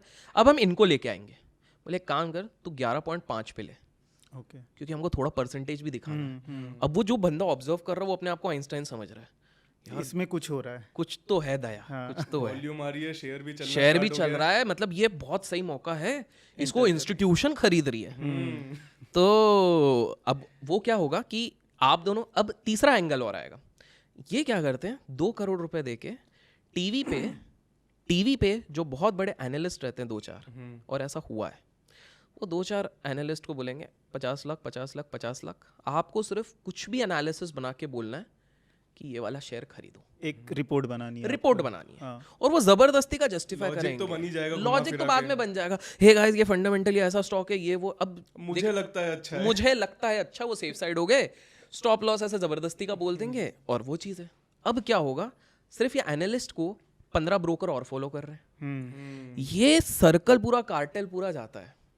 ये जो मैं रियल एस्टेट वाली कंपनी बोल रहा हूँ ना, ये इस तरह से कर करके मीडिया आउटलेट्स, तब इन्फ्लुएंसर्स नहीं रहते थे, आजकल इन्फ्लुएंसर्स भी इन्वॉल्व रहते हैं, मीडिया आउटलेट हो गए, उसके बाद ब्रोकर्स हो गए, ऐसे कर करके ये करीब करीब 800-900 लोग तक ये मेन प्रोमिनेंट लोगों तक बात पहुंची है, जिन्होंने ये अपने सारे क्लाइंट्स पे फैलाई कि ये वाले, क्योंकि उनको लिक्विडिटी चाहिए थी, ठीक है। तो सर्कुलर ट्रेडिंग में क्या हो गया, बाय सेल हो गया, एक तरीका का ये हो गया, बाय सेल इन्फ्लेटेड वॉल्यूम है। आप जब तक आओगे हम अपने जो प्रमोटर से शेयर लिया वो डंप करके जो प्रॉफिट होगा 20% हमारा बाकी प्रमोटर को दे दिया। तो ये एक पहला तरीका हो गया। तो इसमें फंसा कौन, रिटेल। फिर रिटेल बोलेगा अरे सर हमने ले तो लिया, अब लोअर सर्किट हो रहा है, निकल ही नहीं पा रहे। क्यों हो रहा है लोअर सर्किट? क्यों? अब वॉल्यूम बचा ही नहीं है ना, कोई खरीदना ही नहीं चाहता, कोई नहीं चाहता। हम लोग तो निकल ही गए, हम ही लोग तो उल्लू बना रहे थे। हाँ। तो पहला हो गया सर्कुलर ट्रेडिंग। दूसरा हो गया लेवरेज्ड बेस्ड। लेवरेज्ड बेस्ड में क्या होता है, यही सबसे खतरनाक होता है, जिसमें पंप एंड डंप हो जाता है। ये हर्षद मेहता के टाइम पे बहुत होता था। तो इसमें कैसा रहता है कि लेट्स टेक एन एग्जांपल, आप और मैं, हम लोग मिलके हम सोचते हैं कि यार हमें ना इस कंपनी का कोई वैल्यूएशन नहीं है, कुछ भी नहीं है, नाम की कंपनी है, शेल कंपनी है, कोलकाता बेस्ड कंपनी जिनको बोलते हैं। हाँ। कोलकाता में तो एक जगह के एक एड्रेस पे 300 कंपनियां हैं आज भी। तो आपने रिसर्च अगर कभी होगे तो पता चलेगा। तो वो बोलेंगे कि यार एक काम करते हैं, इसको हम ही लोग पंप करेंगे, बाद में डंप कर देंगे। तो इसमें आज के समय में काफी इन्फ्लुएंसर्स को भी यूज किया जाता है। आज के समय की अगर मैं बात करूं, सोशल मीडिया पे एड्स वगैरह भी चलते हैं आजकल तो। और एक केस पकड़ा भी गया था, एक सेलिब्रिटी का भी नाम आया था उसमें। ये सारी चीजें, नाम हम नहीं लेंगे, नाम हम किसी का नहीं लेंगे, हम किसी को नहीं जानते। तो ये वाली चीज एक पंप एंड डंप होता है। पंप एंड डंप का मतलब ही है कि आप शेयर के प्राइस इन्फ्लेट करोगे, इसमें लेवरेज लेके करते हैं कि बैंक से उधार ले लिया, क्रेडिटर से उधार ले लिया, ताकि ज्यादा पैसा आ गया, ज्यादा इन्फ्लेट कर लिया, जब लोग घुस गए तो वो डंप कर। अच्छा, वो मान के चलते हैं कि हम पंप कर रहे हैं, कोई ना कोई इसको खरीदने वाला आएगा। वो नहीं, वो पूरा प्लान रहता है। वो पूरा सर्कल में वो पूरा फैलाते हैं ये वाली चीज। खरीदने वाले भी इकट्ठे करते हैं। खरीदने वाले भी इकट्ठा करते हैं। पहले टीवी चैनल्स होते थे, अब यूट्यूब हो गया, इंस्टाग्राम हो गया, ट्विटर हो गया, टेलीग्राम सबसे मेन है। टेलीग्राम पे सबसे ज्यादा आपको ये चीज दिखेगी। तो इसलिए आप देखोगे कुछ टेलीग्राम में ना, आप देखोगे 5 लाख 50 लाख लोग फॉलो कर रहे हैं उस चैनल पे। तो ये मोस्टली बॉट्स खरीदते हैं ये लोग, ताकि एक परसेप्शन बनाए कि हमारे पास इतने लोग हैं, पॉपुलर ट्रस्टेड चैनल है वो है। और उसके बाद ये लोग कुछ भी शेयर देके वहाँ पे डंप करवाते हैं। रेगुलेटर कुछ लोगों को पकड़ती भी है, अनफॉर्चुनेटली कुछ लोगों को नहीं पकड़ पाती है, वो बाद में पकड़े जाएंगे। तो ये दूसरा तरीका रहता था। तीसरा एक बड़ा विचित्र तरीके का एक ये रहता है, जिसमें कि जो प्रमोटर रहता है, वो प्रमोटर खुद सारी चीज़ें छोड़ के जाना चाहता है। 2017 या 18 की बात है, एक इलेक्ट्रॉनिक्स कंपनी आई। इलेक्ट्रॉनिक्स कंपनी ने क्या बोलते हैं, इन्वेस्टमेंट बैंक से बात करके बोला कि हमको अपना आईपीओ निकालना है। इन्फ्लेटेड वैल्यूएशंस दिखाए, सब कुछ ये दिखाया। आईपीओ आया, पूरा सब्सक्राइब्ड हुआ, हाइप था आईपीओ का, पूरा सब्सक्राइब्ड हो गया, प्रमोटर सब बेच के निकल गया। ओके, ये कुछ न्यू एज कंपनियों की तरह बात सुनाई दे रही है। थोड़ा बहुत वैसा है। कुछ नाम आ रहे दिमाग में। नाम तो ये चीज भी हुई है। तो यार जब आप स्कैम की बात कर रहे हो, स्कैम बहुत तरीके के होते हैं। बिकॉज अब ये बात छिड़ी है, तो थोड़ा सा और मैं एक बताता हूँ कि एक आज से 7-8 साल पहले और किस तरह का स्कैम होता है, आज भी होता है। अब ये ऑडियंस के ऊपर है, उनको थोड़ा सा अलर्ट रहना है। किस प्रकार से मैं बताता हूँ। तो एक, खैर मैं बोलूँगा तो लोग गेस कर लेंगे, कमेंट्स में नाम लिख देना, मैं नाम किसी का नहीं ले रहा हूँ यार। अब मैं सेफ साइड सोच रहा हूँ, हाँ बीप लगा दीजिएगा। तो हमारे देश के XYZ मिनिस्टर थे, तो वो आते हैं, ठीक है, और उनको बहुत ज़्यादा माना जाता था उस समय पे, ठीक है। तो वो जब भी आते थे स्क्रीन पे, वो कुछ ना कुछ कहते थे। फॉर एग्जाम्पल, मेटल कंपनीज के ऊपर हम एक्साइज ड्यूटी लगा रहे हैं, ठीक है। फिर वो बोलेंगे कि ऑयल कंपनीज के ऊपर हम ये रेट कट ला रहे हैं, टैरिफ ला रहे हैं। किसी को पता नहीं था कि वो बोलने से पहले उनका बेटा ही अपने अकाउंट में, उनके मतलब बेटे अपने शेल अकाउंट्स और दूसरे अकाउंट्स में, जब ये खबर चल रही रहती है, उसके बाद सारी चीजें गिरती थी। मेन जो स्टॉक्स रहते 12-15% गिरते थे। ये लोग भर भर के फ्यूचर्स एंड ऑप्शंस में भी पोजीशंस बनाते थे, FNO पोजीशंस बनाते थे। और उसके बाद अगले दिन ही वापस ही वो जो नेता थे वो स्क्रीन पे आते थे और वो कहते थे कि अरे हमको हमारी मिनिस्ट्री ने बोला कि ये मत लगाओ, काफी नुकसान हो जाएगा, तो हम ये लिवाई नहीं कर रहे हैं, इंडस्ट्री की सुन के हम अब नहीं लगाएंगे। It was a prank, it was a prank, again bounce. लोगों को कुछ समझ में नहीं आया क्या हुआ, बट गेम ये हो गया कि पैनिक में आप लोगों से डंप करवा दिया गया, किसी और ने उठाया और पैसा कमाया। और उसमें तो वो किया होगा उन्होंने कि शॉर्ट पोजीशन भी पहले बना के रख दी, फिर शॉर्ट पोजीशन को। और ये आज भी होता है। अच्छा, आज भी होता है। कौन करता है, क्या करता है, हम नाम नहीं लेंगे। अच्छा, दोस्तों को लग रहा होगा नाम क्यों नहीं ले रहे, क्योंकि मुझे 1-2 नोटिस आए हुए हैं। तो मैं ज़बरदस्ती, देखिए लाइफ और फैमिली भी इंपॉर्टेंट रहता है, तो जो समझदार है वो कमेंट्स में वैसे समझदार भी को इशारा काफी है। बता देंगे। तो ये एक चीज़ होती है। और इसमें to be very honest, Bharat में कोई भी चीज़ विदाउट पॉलिटिकल नेक्सस नहीं चल सकती, ये फैक्ट है। 1992 स्कैम 92 सीरीज में आप देखोगे कि वहाँ पर एक पॉलिटिकल कनेक्शन था। बिल्कुल। 2000 में जब .com बबल हुआ, आपको मैं एक इंटरेस्टिंग चीज़ बताता हूँ, उस समय पे ऐसा क्रेज चला था, आप किसी भी कंपनी के सामने IT सर्विसेज लगा दो, बिल्कुल। हाँ। वो भग रहे थे। जैसे यूएस में .com लगा दो, .com लगा दो, IT सर्विस लगा दो। अरे इधर एक सीवेज की कंपनी थी, सीवेज मैनेजमेंट, जो कचरा पट्टी उठाती है, उठाने वाली। उसके शेयर नहीं चल रहे थे, IT सर्विसेज लगाया, 400% बढ़ गया। और वो खुद प्रमोटर सोच रहे हैं ऐसा क्या हो गया यार, एक वर्ड ने क्या एक वर्ड के कारण लोग देख भी नहीं रहे। जैसे कोरोना के टाइम पे आपने देखा होगा, एक ने ऑक्सीजन कुछ लगा दे जिसका ऑक्सीजन से मतलब ही नहीं है, वो चढ़ कोई गया। तो शहर का नाम और ऑक्सीजन। तो ये वाली चीज हो गई। तो वो एक 2000 हुआ। और 2000 में बड़ा इंटरेस्टिंग होता था। 2000 में क्या होता था कि मैं बता रहा हूँ, एक ऑपरेटर की बात बताता हूँ। तो वो ऑपरेटर भाई साहब बहुत बड़े खिलाड़ी हैं, उन्हीं के साथ KP ने मिलके जो पूरा बवाल मचा, उसके चक्कर में पूरा कोलकाता स्टॉक एक्सचेंज खत्म हो गया। One of the oldest stock exchange ही खत्म कर दिया। तो सीन ये था कि इन्होंने अपनी खुद की एक XYZ कंपनी निकाली, इनको ट्रिक्स ऑफ द गेम्स पता थी, पता है, वैल्यूएशन पता, बढ़ाई, ये सारी चीज़ें करी। फिर आया कि भाई रशियन हमारा कोलैबोरेशन हो रहा है रशियन टेक्नोलॉजी के साथ। आपको ऐसी खबरें मिलेंगी, रशियन टेक्नोलॉजी, इंटरनेशनल कोलैबोरेशन, ये दुनिया भर की चीज़ें दिखेंगी। तो ये बड़ा बड़ा माहौल बन रहा है, रशियन कोलैबोरेशन, ये वो पॉजिटिव वाइब्स बन रही हैं। और वो बंदा आराम से चिल बैठा हुआ है कि भाई तुम लोग करो, मेरे को तो 5 साल ही खेलना है, निकाल के निकल जाऊंगा मैं ये सारी चीज़ें। वो लिए जा रहे हैं, वो लिए जा रहे हैं, पब्लिक लिए जा रही है, पब्लिक को लग रहा है ये रशियन, ये इटालियन, ये वो, ये दुनिया भर न्यूज़ आती रह रही है। वो वही न्यूज़ निकाल रहे हैं। न्यूज़ वालों को थोड़ा XYZ दिया, निकाला, और उसके बाद ये किया। ऐसे ही एक जो लेटेस्ट मेरे को याद है, 2016 या 18 की बात है, हमारे देश की एक सबसे बड़ी, one of the biggest private banks में निकाला गया कि वॉरेन बफेट सर उधर इन्वेस्ट कर रहे हैं। ये खबर आई, उस दिन भी मैं ट्रेड कर रहा था, 16% ऊपर चले गया। मैं देख रहा हूँ क्या हो गया इसको, मैं देख रहा है वॉरेन बफेट सर इतने इंटरेस्टेड हो गए, खुद बैंकिंग से दूर रहते और इधर आ गए, क्योंकि उनका सोलोमन ब्रदर्स का एक केस हुआ था, उसके बाद ये इधर होगा। बोले क्या हो गया, मार्केट आवर्स खत्म होता है, बोलते ये फर्जी न्यूज़ है। वही चैनल बोलती है। ये कुछ नहीं था। उस समय पे जो ऑपरेटर्स थे, उन्हें जो पोजीशंस पहले से लेके रखे थे, उनको एग्जिट नहीं मिल रहे थे, क्योंकि वो स्टॉक उतना बढ़ नहीं रहा था। ये खबरें प्लॉट करी गई, इतना बड़ा खबर प्लॉट करो कि एग्जिट किया जा सके। उस दिन एग्जिट कर दी, लोग फंस गए। तो पॉइंट ये है कि ये स्कैम्स इतने ज़्यादा मार्केट में आज भी चलती है। ऑपरेटर वाला गेम आज भी, ऑपरेटर इज एनीवन, जैसे मैंने बताया, जिसके पास बहुत सारा पैसा है और बहुत सारा कनेक्ट है। बिल्कुल। तो वो लोग इस तरह की खबरें फैलाते हैं, और ये एक बहुत डार्क साइड है। और ये सिर्फ इंडिया में नहीं है, US में भी है। ये फाइनेंशियल मार्केट की पूरी डार्क साइड, पूरी डार्क साइड है, आज भी है। आज अगर कोई इंसान आके कहता है मैंने 100 किताबें पढ़ी हैं और मैं इंडियन स्टॉक मार्केट में चैंपियन बन जाऊंगा, नेगेटिव नहीं कह रहा हूँ, देखिए मेरा कहना है ऑप्टिमिस्टिक रहो बट रियलिस्टिक भी हो, पॉजिटिव रहो बट रियलिस्टिक भी रहो।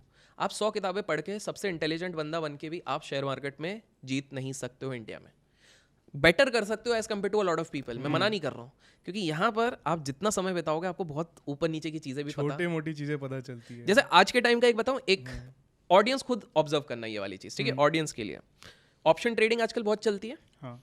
कुछ काउंटर्स पे आप जाना, मैं निफ्टी बैंक निफ्टी की बात नहीं कर रहा हूँ, कुछ स्टॉक काउंटर्स पे जाना, आप जैसे ही डालोगे 52 रुपीज़ पे खरीदना है मुझे, मान लीजिए आपको दिख रहा है पूरे टाइम पे 52 पे बायर है, 52.5 पे सेलर है, आप जैसे ही 52.05 करोगे ना, एक सेकंड के अंदर 52.15 का बिड आ जाएगा।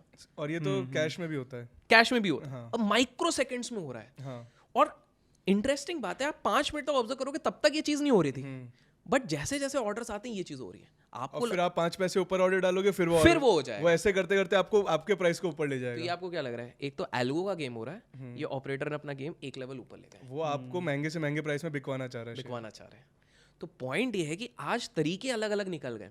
यूएस की अगर मैं बात करूं तो यूएस में एक कंपनी है ब्लैक रॉक।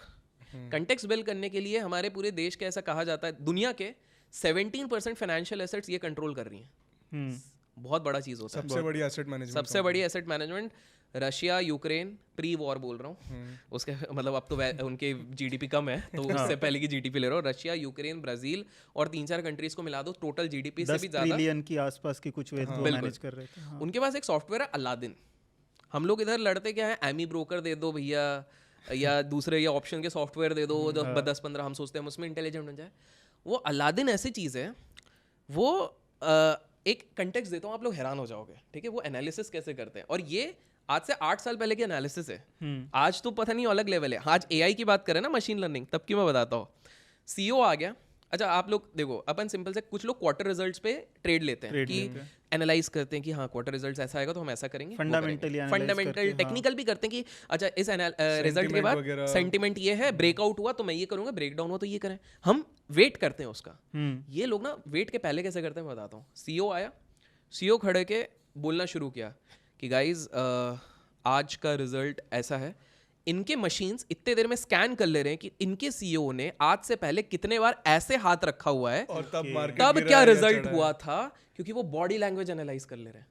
और उतने में बताएगा या अच्छी न्यूज़ बताएगा, उतने में उनके आय, और उसमें सिंक है, उसमें परम्यूटेशन कॉम्बिनेशन, उनकी जब आंख ऐसी हो रही है, हाथ ऐसा हो रहा है, और जब उनने ये वर्ड बोला है, आज तक उनने 25 साल में जब भी ये चीज बोली है 90% टाइम इनने गंदे रिजल्ट्स दिए हुए। तो आपके आने से पहले वो रिजल्ट पंच हो रहे हैं और वो पैसा बना रहे हैं। वो काइंड ऑफ एआई से वो प्रेडिक्ट कर ले रहे और ये हैं 6-7 साल पहले की बात बता रहा हूँ। अभी तो किस लेवल अब कहाँ पे उनके पास इतना डेटा है। जैसे फॉर एग्जाम्पल मैं बताता हूँ, आजकल सोशल मीडिया तो काफी चलता है, इसने 1 करोड़ बनाया, 2 करोड़ कमाया। देखिए जो असली गेम खेल रहे हैं ना, वो कहीं नहीं दिखा रहे हैं। मतलब मेरे भी लाइव मार्केट में देखोगे 1-2 लाख 3 लाख में दिखाता रहता हूँ, बट मैं कुछ भी नहीं हूँ, मैं बता रहा हूँ, कुछ भी नहीं हूँ। मैं तो ऑनेस्टली बोल रहा हूँ, क्योंकि हमको पता है किस तरह का गेम बाहर चलता है।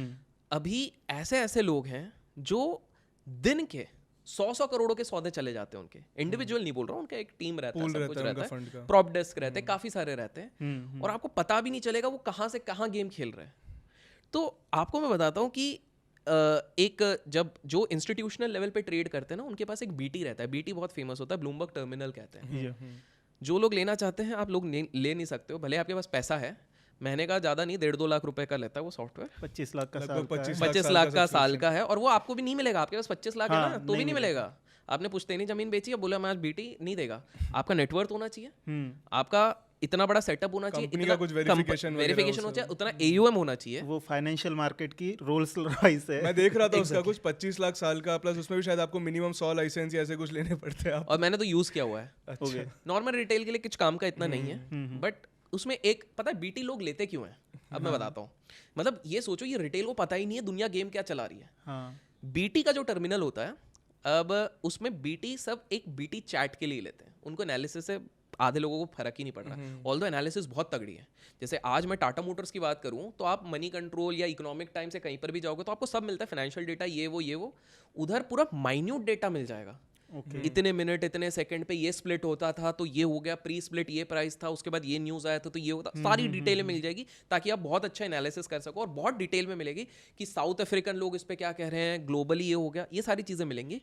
लेकिन बीटी का मेन होता है बीटी चैट। अब बीटी चैट क्या होता है, लेट राकेश झुनझुनवाला जी को अगर 200 करोड़ के अपने टाइटन के शेयर बेचने हैं, ये मार्केट में तो बेचने के बाद ही पता चलता है। आज एक ब्लॉक डील हुआ, राकेश झुनझुनवाला जी ने इतने परसेंटेज कमाए, 200 करोड़ बेचा।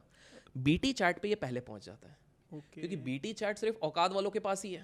तो राकेश जी को अगर 200 करोड़ निकालने में, एग्जांपल हाइपोथेटिकल राकेश जी बोल रहा हूँ, किसी बड़ी पार्टी को अदर देन जो लाइमलाइट में नहीं आता, तो उसको 200 करोड़ के शेयर एक ही दिन में निकालने और एक ही भाव पे निकालने, तो वो बीटी चैट पे जाते थे। तो बीटी चैट के लिए ही हर कोई लेता है। डील्स वगैरह वहाँ पे उनका व्हाट्सएप ग्रुप है, वो व्हाट्सएप ग्रुप है जिसमें पहले के बल्क डील पता लग जाता है, बल्क डील होने से पहले पता लग जाता है। वहाँ पे वो पूछेंगे कि मेरे को बेचना है, कौन लेना चाह रहा है, उस टाइप से। एग्जैक्टली ये चीज, तो ये वाली चीजों का एक्सेस रहता है उनके पास, जिससे वो सिर्फ वो बीटी चैट व्हाट्सएप उनको चाहिए। काइंड ऑफ इनसाइड सर्कल में घुसने के लिए लोग खरीद रहे हैं। वो एलीट क्लास है, एलीट क्लास है। एक और किस्सा बताता हूँ सूरत का। बस इसमें एक मैं पूछना चाहता हूँ, कितने इंडिया में कितने लोगों के पास है वो?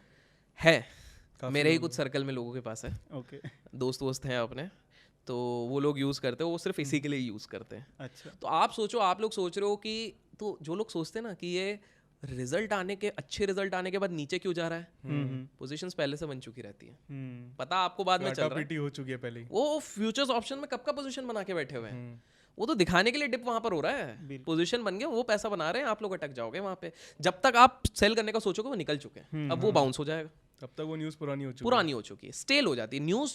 80% news which you are seeing on the screen, reality is stale, वो पुरानी है, बासी है, या तो बासी है या फिर आपको फीड करी जा रही है, वो मेन तो फीड की जा रही है। बेसिकली आप जो चार्ट देख रहे हो वो बना रहे हो, वो चार्ट को चार्ट बना लिटरली वो बना रहे हैं। सूरत की मैं बात बता रहा हूँ, उधर ऑपरेटर्स का ऐसा समूह, और जो सूरत के लोग हैं ना जो देख रहे हैं वो समझ जाएंगे, हाँ सूरत के ऑपरेटर्स का ऐसा चलता है। तो मैं किसी इनसे मिला हूँ, हम लोग इधर सोशल मीडिया में देखते हैं ना 1 लाख की बात हो रही है, 2 लाख की बात हो रही है, वो बंदा कुर्ता पहन के आ रहा है, पजामा पहन के आ रहा है, आप देख के भी नहीं बोल सकते इसकी इतनी हैसियत है। फोन में उनके पास वो वाले नहीं है नोकिया या उसके भी पुराने जो वो मॉडल होते हैं ना, हाँ सेलुलर फोन। सेलुलर फोन, वो रख के घूम रहा है, और बात हो रही है 5,000 6,000 करोड़ की। और सूरत और उधर एक डब्बा मार्केट बहुत चलता है, हाँ ठीक है। जिन लोगों को नहीं पता, डब्बा मार्केट इज इररेगुलेटेड फॉर्म, जहां पर कि एक्सचेंज पे ट्रेड नहीं होता, लेकिन बहुत बड़े ट्रेड्स होते हैं, इलीगल फॉर्म में ट्रेड्स होते हैं, कैश में ट्रेड होता है, बहुत बड़ा होता है।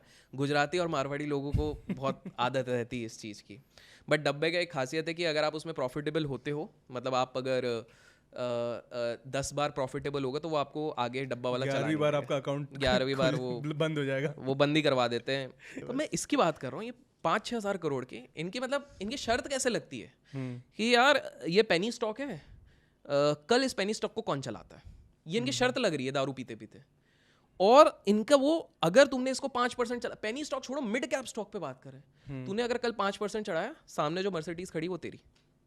मैंने खुद ने देखा हुआ ये चीज हो रही है, बोला अलग ही गेम चल रहा है। मतलब हम जो पूरा एनालिसिस कर रहे हैं ये रात को बैठ के शर्त में लग रहा है ये सारी उस पे। चीजें कि ये मिड कैप में। तभी आपने एक चीज देखी होगी, कुछ स्टॉक्स होते हैं जो आपको समझ में नहीं आता ये आज क्यों हुआ अचानक है, से क्यों भाग गया, ना हाँ, न्यूज़ है ना कुछ हाँ, है ना ना कुछ चार्ट, टेक्निकल ना है, कुछ कुछ ना, नहीं है। हाँ। ये चीज बहुत बार होती है, मैं नहीं कहता हूँ हमेशा हो रही है, पर लेकिन होती है, सकता हो सकती है, और ये लोग ना कभी ओपनली आके देखो, जो लेजिट ये सब कर रहे हैं, बना रहे हैं ना, ये कभी अपना राज बाहर नहीं खोलना चाहते। हर्षद मेहता के टाइम पे भी जाओ तो हर्षद मेहता और ये सारे कैनफिना म्यूचुअल फंड, उसके बाद जो बड़े बड़े ये थे म्यूचुअल फंड के साथ, यूटीआई म्यूचुअल फंड था, उसके बाद एसबीआई था, और उसके बाद बैंक ऑफ कटारा या कटार करके था, इन सब की मीटिंग हुई थी।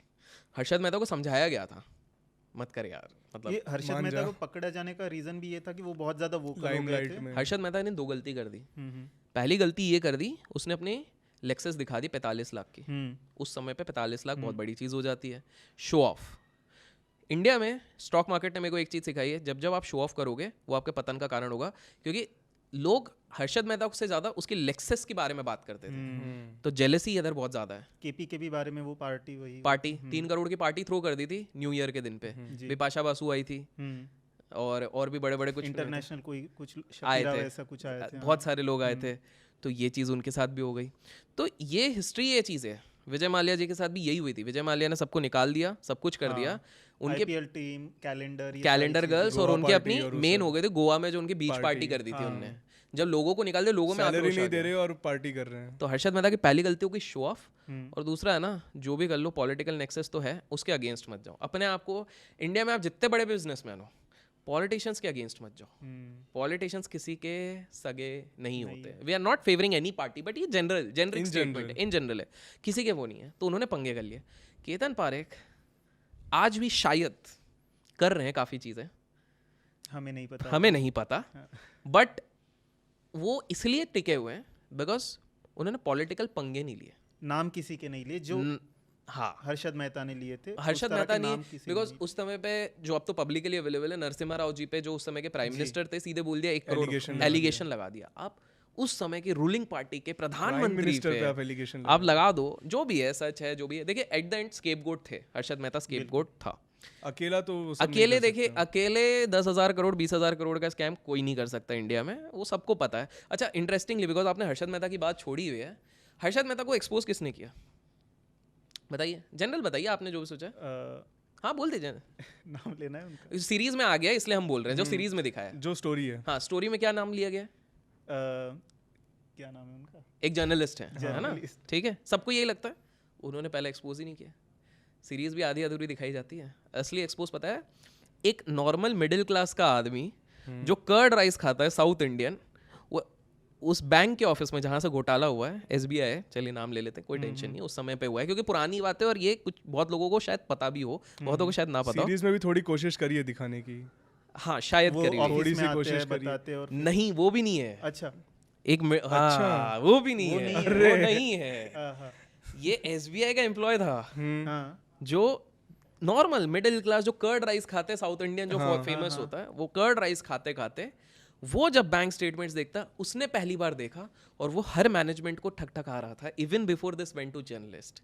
तो वो सब देखा उसने और उसको सबने दबाने की कोशिश करी, चुप रहो। क्योंकि सबको, तो सबने बोला मत बोल मत बोल। तो ही रियलाइज्ड कि मैं अकेले नहीं कर सकता हूँ, नाउ आई नीड पावर। अब आप सीरीज पे जाओ, उसने उस बंदे को बताया और उस बंदे से फिर ये जर्नलिस्ट पूरी लिंक है। एक्चुअल में बंदा किसी और ने पकड़ा था, ये वाली चीज। तो ये लिंक है। इसके बाद इसमें दूसरा ट्विस्ट देते हैं। इस बार मैं बिल्कुल भी नाम नहीं लूंगा, लोग अपने आप गेस करेंगे। गाइज मैं इसलिए नहीं ले रहा हूँ, अगेन बिकॉज नोटिस आते हैं और हमारी सेफ्टी भी थोड़ी ज़रूरी है, बट आप लोगों को रियल साइड भी बताने हैं।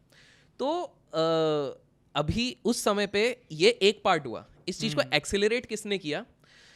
बिग बुल मूवी देखी है आप लोगों ने? जी।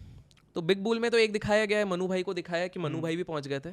सिर्फ मनु भाई नहीं पहुंचे थे, उनके एक शिष्य जो अभी भी अलाइव है, डी बस वो भी पहुंचे थे। और कितना दिया था वो भी मुझे पता है।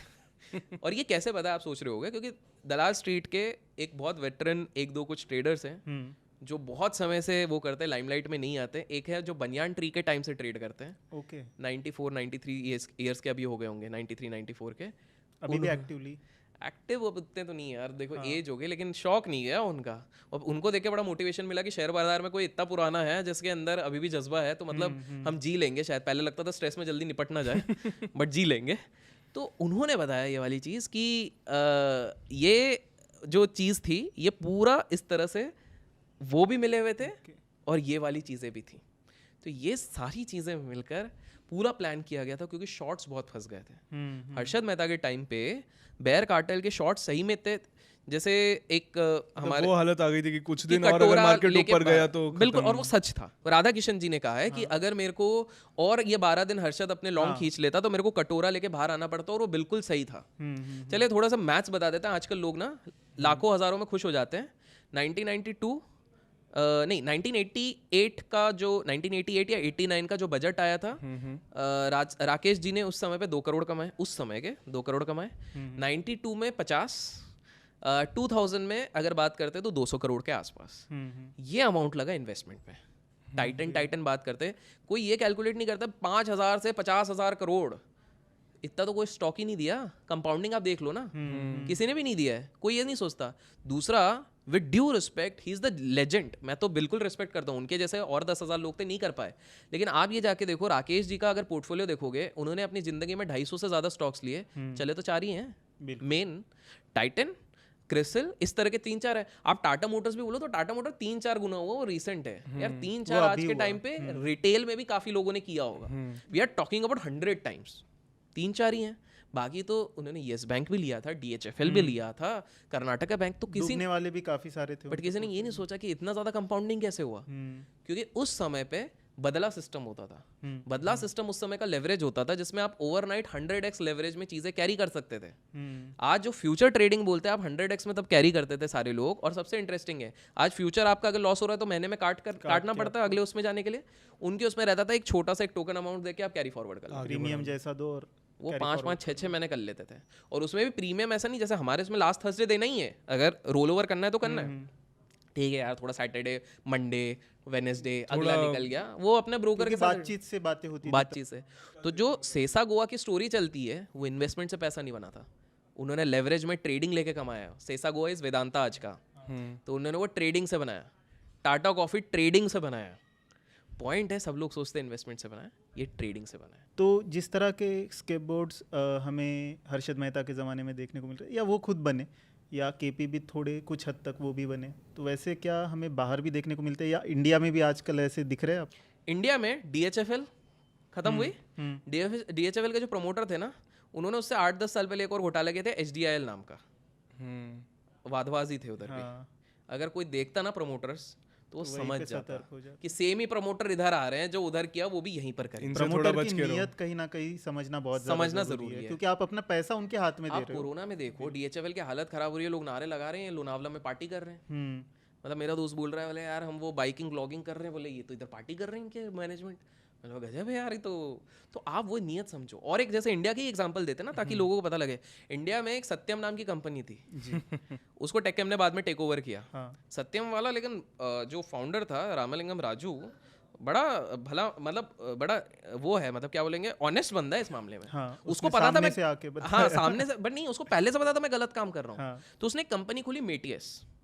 मेटियस में वो सारे काले काम करता था, उल्टे काम। सत्यम का सत्यम उल्टा का नाम। उल्टा। सत्यम का उल्टा कर दो, मेटियस होता, उसको भी पता मैं उल्टे काम तो कर रहा उसने हूँ। हिंट तो दे दी थी हिंट उसको। पहले दे दी थी कि भाई तुम समझ जाओ, मैं तो समझदार उल्टे को काम इशारा कर तो दिया रहा था हूँ। उसने। हाँ, मेटियस कर रहे हैं, और उसमें भी वो इतना शोबाजी करता था। उनके पास मतलब उस समय पे जूते रहते थे 15,000 के, उनके पूरे 15,000 के बहुत सारे जूते रहते थे, ऑडी में घूम रहे, उनको इंडिया का बिल गेट्स बोलते हैं। हाँ। खतरनाक उनकी पब्लिसिटी चल रही है, और उन्होंने भी अपना दिमाग सही लगाया। तो उन्होंने क्या करते थे, दिल्ली नोएडा के पास में जब मेट्रो आने वाली थी उसके पहले उन्होंने बहुत सारी जमीनें भर के ले ली। खरीद ली। यूनिटेक के थ्रू भी बहुत सारी चीजें कर ली। उन्होंने ये सोचा कि भाई मेट्रो आएगा, अपनी तो बल्ले बल्ले हो जाएगी, प्राइस बढ़ जाएगी। अब उनको क्या पता था उधर से 2008 से लेमन ब्रदर आ जाएगा, और ये इनने रियल कैश तो इधर डाल दिया, लेकिन कंपनी कभी प्रॉफिट में नहीं रहती थी। इन्होंने कंपनी का पूरा अपना मैनेजमेंट अपने हाथ में रखा था, ऑडिटर को अपने हाथ में रखा था, पूरा फच करते थे। आपको पता है उनकी कंपनीज में उन्होंने इतनी शेल कंपनीज बनाई थी, 1000 कंपनीज थे, 1000 कंपनीज के सीईओ को 15,000 मिलता था सैलरी, और वो सीईओ कौन थे? उनकी मेड थी, उनका ड्राइवर था, ये सब उधर के सीईओ थे। ये इनके अकाउंट से सैलरीज दिखाते थे कि ये हमारी इन कंपनी का सीईओ का। लोगों ने कभी जाके कोशिश भी नहीं करी थोड़ा पता कर ली कंपनी सही में है कि नहीं है, जाके देखो। तो ये मेटियस का सारा काम होता था। तो जब रियल एस्टेट का डेंट वहां से आया, तो जो 4,000 स्क्वायर फीट में भी इधर अगर कुछ खरीदा तो उसको 500 स्क्वायर फीट में भी कोई खरीदने को तैयार नहीं था। तब उनको समझ में आया कि अब फंस गए। अब मैं फंस गया हूँ, शेयर होल्डर को अब पता लग जाएगा, अब एक लेटर लिखा जाए। अब लेटर लिखा जाएगा। और पब्लिकली आके एनालिस्ट बोल रहे हैं अरे बहुत बढ़िया बहुत बढ़िया, और वो आके यार मैंने आज तक फर्जी पाने किए हैं। लोग शौक में बोले क्या है, वो देखते देखते कहाँ ट्रिपल डिजिट का स्टॉक 6 रुपए पे आ रुपए पे आ गया। गया। लेकिन एक्सपीरियंस काउंट्स, पता है कैसे है? ये मेरे दोस्त को काउंट किया, तो ये वाला कहानी मेरे ध्यान में था। तो येस बैंक पे मैं ट्रेड कर रहा था। आपको याद है वो बिल्कुल नीचे नीचे आया तो एक कंपनी ने आके बोला इसकी तो वैल्यू 1 रुपए ही रहेगी। वो जब लोअर सर्किट्स लग रहे थे उस दिन, तो मैं 4:30 बजे सुबह उठ गया था, ब्रह्म मुहूर्त में उठ गया था। अरे आज शॉर्ट करना एक्साइटमेंट में, और मेरे को पता था फ्यूचर एंड ऑप्शन में मौका नहीं मिलेगा। तो मैं अपने डीलर को कॉल करके बोल रहा हूँ आज इंट्राडे के सारे मार्जिन खोलो, आज मैं कैश में शॉर्ट मारूंगा खतरनाक। क्योंकि वो शायद 15 या 12 रुपए से शुरू हुआ था, 12-14 से। मेरे को पता था वो प्री ओपनिंग में ही मेरे को मिलेगा, उसके बाद नहीं मिलेगा। मैंने फुल मार्जिन से शॉर्ट कर रहा था, मजे, बहुत तगड़ा पैसा भी बना। वो स्टोरी के चक्कर में काश मेरे को वो ध्यान रहता, क्योंकि मैंने फिर वो काटा है 8 रुपए के आसपास, मतलब और प्रॉफिट हो सकता था, क्योंकि वो 6-6:30 तक उसी दिन निकल गया था, 5-5:30-6 तक गया था। तो उस दिन भी यही सेम चीज़ रिपीट हुई।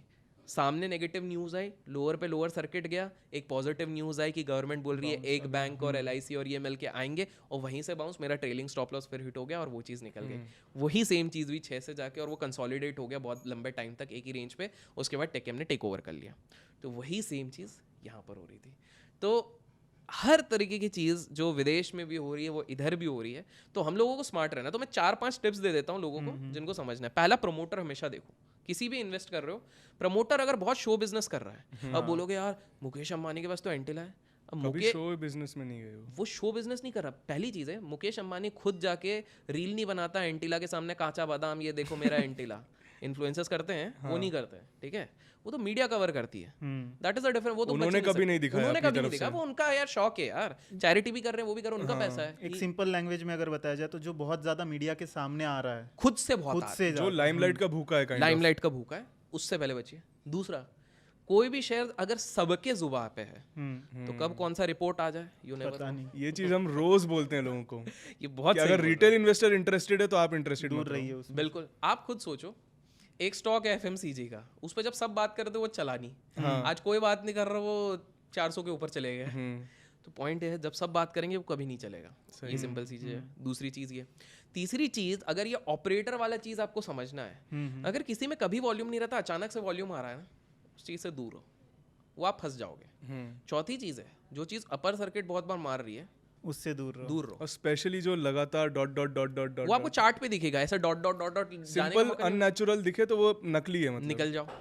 पांचवा, अगर आपको SMS और टेलीग्राम पे स्पेसिफिकली आ रहे हैं BSC कोड XYZZZ, ये खरीद दो आप। और आजकल यूट्यूब ऐड भी, यूट्यूब ऐड भी, इनसे भी आप रखो। कि हम रिटेल इन्वेस्टर के फायदे के लिए बता रहे हैं। मैं इस चीज पे कहूंगा, चाहे मैं बोलूं, आप बोलो, कोई भी बोलो, किसी को भी, चाहे मैं भी बोलूं, हम सबका बोल रहे हैं। आप अपनी जब तक खुद एनालिसिस नहीं करते हो तब तक आप किसी के भी कहने पे पैसा मत डालो। और जो बंदा बात बोल रहा है उसको वेरीफाई करो। बिल्कुल। बिकॉज सीन क्या रहता है, देखिए, हो सकता है सही में मुझे जेन्युइनली वो चीज लगता है, हो सकता है एक वेस्टेड इंटरेस्ट भी हो सकता है, हो सकता है कि कोइंसिडेंटली उस पर काफी सारी चीजें चल रही हैं। तो आप अपनी, देखिए, आपके सर पे बंदूक नहीं रखी गई कि तू पैसा लगा इधर, आप अपने कहने पे लगा रहे हो। तो प्लीज अपनी एनालिसिस पहले से करो। और उसके सिंपल से आज बहुत सारे टूल हैं, टिकट टेप जाओ, स्क्रीनर जाओ, फ्री का, कोई पेड मत लो, जाके अपना चेक कर लो, 2-3 चीज चेक कर लो, क्या प्रमोटर ने प्लेज करके रखा हुआ है। दूसरी चीज देख लो, क्या प्रमोटर अपने स्टेक बेच रहा है क्वार्टर ऑन क्वार्टर, ये नेगेटिव साइन होता है अगर बार बार बेच रहा है। क्या बहुत ज्यादा लोन ले रहे हैं, debts is a double edge sword, rich dad poor dad किताब ने ये सब तो सिखाई दिया है कि भैया कर्जा में आपको ज्यादा नहीं जाना है। देखिए कुछ कंपनीज में लगता है वो डेट ओरिएंटेड रहता है, पर वो बिजनेस मॉडल समझना पड़ेगा। अब खाना बनाने वाली कंपनी बोलती है मैं हर महीने मेरे को कर्ज लेना है, दैट इज रॉन्ग। चौथी चीज, अगर बहुत ज्यादा इंटरनेशनल कोलैबोरेशन बताए जा रहे हैं तो संभल के रहिए, रूमर्स हो सकते हैं। अगर न्यूज में अगर वो मार्केट में गिर रहा है और अचानक से पॉजिटिव न्यूज बनाने की कोशिश की जा रही है कि भाई ड्रग्स भी पकड़े जाएं, उसके बाद भी अगर पॉजिटिव न्यूज बताई जा रही है तो थोड़ा सा संभल के रहिए। उसके बाद अगर पॉलिटिकली बहुत अच्छे टाइप्स हैं उनसे भी बचे, बिकॉज बनेगा तब अच्छा भी बनेगा, लेकिन जब जाता है तो वही चीज़ है, क्योंकि जिस दिन पॉलिटिक्स का हाथ, मैंने क्या बोला, सगे किसी का नहीं है, जब आप फंसोगे हाथ उठा तो वही स्टॉक सबसे पहले गिरते हैं। आर्या पार का मामला होता है, उन चीज़ों से आप बचिए। नेक्स्ट है ऑपरेटर्स के टाइम पे आप मेक श्योर कीजिए कि जो स्टॉक बहुत ही कम समय में बहुत बड़ा मूव दे देता है और जो म्यूचुअल फंड्स के रडार में बिल्कुल नहीं है, उनसे बच जाइए। मैं वेबसाइट का नाम नहीं लूंगा, पर कोई वेबसाइट है जिसका रोज नोटिफिकेशन आता है कि ये शेयर 5 महीने में 10 गुना हुआ है। मैं समझ गया, बट दूरी बनाइए इस चीज़ से, ये आपके फायदे के लिए ही बोल रहे हैं, आप इन चीज़ों से दूर रहिए।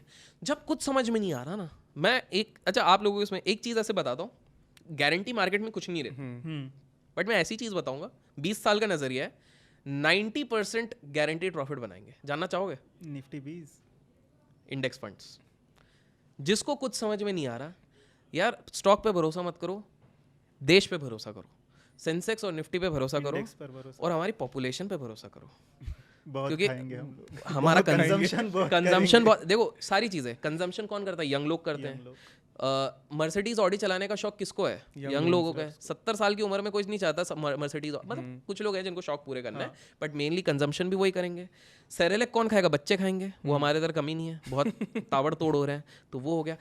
इनोवेशन, चाइना क्यों बढ़ा? इनोवेशन के कारण पे, तो वो चाइना की यंग लोगों ने ही इनोवेशन लाया, तो डेमोग्राफिक डिविडेंड कहते हैं इसको, जो इंडिया का काफी हाई है। रिसर्च सबसे ज्यादा होगा, इनोवेशन सबसे ज्यादा होगा, मैन पावर सबसे ज्यादा हो रहेगा, तो नेगेटिव्स तो हैं नो डाउट, लेकिन पॉजिटिव्स भी तो हैं। और इसीलिए हमारे देश के जो अच्छे स्टॉक है, जो महंगे हैं, वो आगे चल के और महंगे होंगे, क्योंकि आज जिसका अच्छा एफएमसीजी प्रोडक्ट बिक रहा है वो 10 साल बाद तो और डबल बिकेगा ना, ट्रिपल बिकेगा, और लोग हैं। और सबसे बड़ी चीज़ यहाँ पे ये हो रही कि हमारी जो पॉपुलेशन है वो गांव से शहरों की तरफ माइग्रेट हो रही है, बिल्कुल। तो उनका परचेसिंग पावर जैसे जैसे बढ़ेगा, ये सारी चीजें डिस्पोजेबल इनकम बढ़ेगी तो ऑटोमेटिकली ये सारी बढ़नी है। और एक ट्रांजिशन देखिए, हमारा देश एग्री इकोनॉमी था, अब एग्री इकोनॉमी से, क्योंकि बिकॉज ऑफ दुर्भाग्यवश किसानों के साथ काफी वो चीज हो रहा है, गर्मी हो जाती है, ड्रॉट हो जाता है सिंसियर, तो वो अपने बच्चों को भेज रहे हैं शहरों की तरफ। So this is another income. तो हम धीरे धीरे थोड़ा मैन्युफैक्चरिंग साइड पे भी काफी ज्यादा जा रहे हैं, manufacturing and service service sector is actually creating the highest paying jobs and highest number of employability service sector पे है। शुरुआत डिस्पोजेबल इनकम ज्यादा होती है, डिस्पोजेबल इनकम ज्यादा है। तो आप देखो, India is really placed at a place जहां पर, मैं कंजर्वेटिव साइड पे बोल रहा हूँ, 20 साल हो सकता है उसके कई गुना पहले, we will definitely become a superpower. Definitely. तो ये अगला डेकेड तो इंडिया का होना अगला ही होना है। तो अगर कोई हंस रहा है, तो पहले लोग हंसते थे $2 ट्रिलियन जब बोलते थे हम बनेंगे, बन गए ना। उसके बाद लोग बोलते थे कि कभी ऊपर नहीं जाएंगे, हम एक समय पे, ये ऊपर नीचे जाने से पहले हम top 5 economies in terms of stock market के वैल्यूएशन पे आ रहे थे ना, तो हम करेंगे। बिकॉज यूएस में अगर आप देखो सैचुरेशन पॉइंट आ रहा है, उनके साथ उनकी खुद की इंटरनल प्रॉब्लम्स बहुत आ रही हैं। चाइना में भी सेम चीज, चाइना में भी सेम आ रहा है, यूरोप तो वो तो अब उनका अलग ही हो गया, उनको बहुत समय लग जाएगा, तो बचेगा कौन?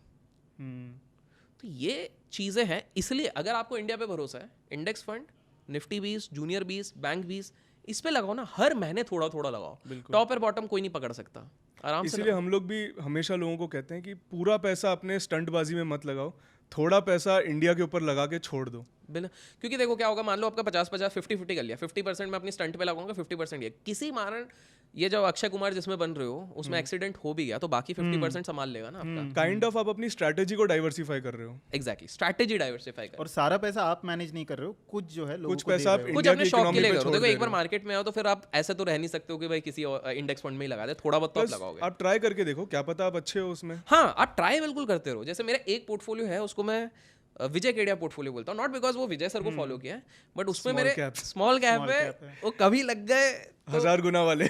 हाँ मतलब मैं ऐसे तुक्के में नहीं लिया, उसमें भी एनालिसिस करी हुई है, obviously. लेकिन वो मेरे नेटवर्थ का 2% कैपिटल है उसमें, तो गया तो, कभी कोई चल गया तो बड़ा बट रिटर्न वो अगर देगा। वो चल गया तो वो आपका टाइटन बन जाएगा वो।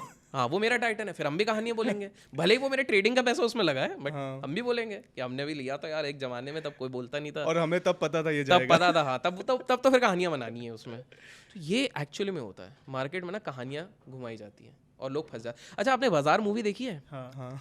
बाजार मूवी में जब वो एक सीन होता है जिसमें वो कार से, जब वो बार बार रिजवान शायद नाम था उनका, हाँ तो रिजवान बार बार फॉलो अप करता है वो पीएमएस के फाउंडर के साथ, तो वो कार में बाहर होकर बोलता है सर मैंने आपकी कहानी पढ़ी है, आपने इतना स्ट्रगल करके गाँव से आए, तो उन्होंने एक लाइन बोली थी, कहानियाँ बनानी पड़ती है, don't believe on everything which you, और वो एक्चुअली में वो कहानी उसमें जिस कंपनी को दिखाया गया है, जिन्होंने अपनी ऑफिस दी है ना, सही में कहानियाँ कुछ ऐसी बनी है, अभी नाम नहीं लेंगे, और कहीं ना कहीं कहानियां इसलिए बनाई जाती है कि मार्केट में सपने बेचने ही पड़ते हैं। बेचने पड़ते हैं, क्योंकि जब तक सपने नहीं देखेंगे तब तक लोग क्योंकि कहाँ जो से आएंगे? बंदा देख रहा है उसको लगना चाहिए कि मैं जिस हालत में हूँ मैं उस हालत तक पहुंच सकता हूँ। बिल्कुल बिल्कुल। अब ये कहानियों की बात निकली है, तो अभी एक कहानी आई थी जिसकी वजह से एक बड़ा ग्रुप जो है बहुत बड़ा डैमेज उनको पहुंचा, नाम नहीं लेंगे, बहुत नाम अगेन नहीं लेंगे, पता नाम नहीं लोगों कोई को सा पता है। नहीं कोई है। तो उसमें एक्चुअल क्या हुआ था? तो देखिए वैल्यूएशन तो ज्यादा थी, कोई भी लॉजिकल बंदा जिसको फंडामेंटल एनालिसिस आज ज्यादा नहीं थी, बहुत पहले से ज्यादा थी। बहुत पहले से पता सबको था, बबल बन चुका था, पिन डालने वाला चाहिए था।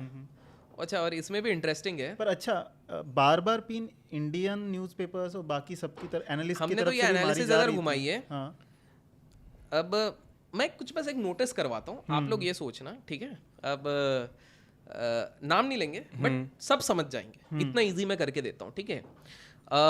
1980s में जब बिजनेस का वर्ल्ड हमारे इधर खुल रहा था, उस समय पे चलते थे टेक्सटाइल्स और स्पाइसेस बहुत चलते थे, और बिरलाज और इस तरह के नाम्स बहुत चलते थे।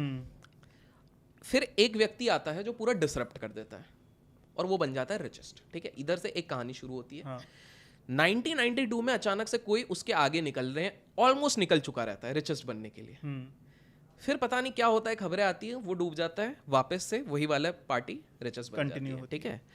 फिर आता है 98-2000 की बात आती है, एक और कंपनी के प्रमोटर पे बड़ा नाम चलता है और वो अचानक से रिचेस्ट बनने वाले रहते हैं। फिर कुछ खबरें आती हैं, उन पे नेगेटिव आती है, वो डूब जाते हैं, वापस से हमारी वो पार्टी रिचेस्ट बन जाती है।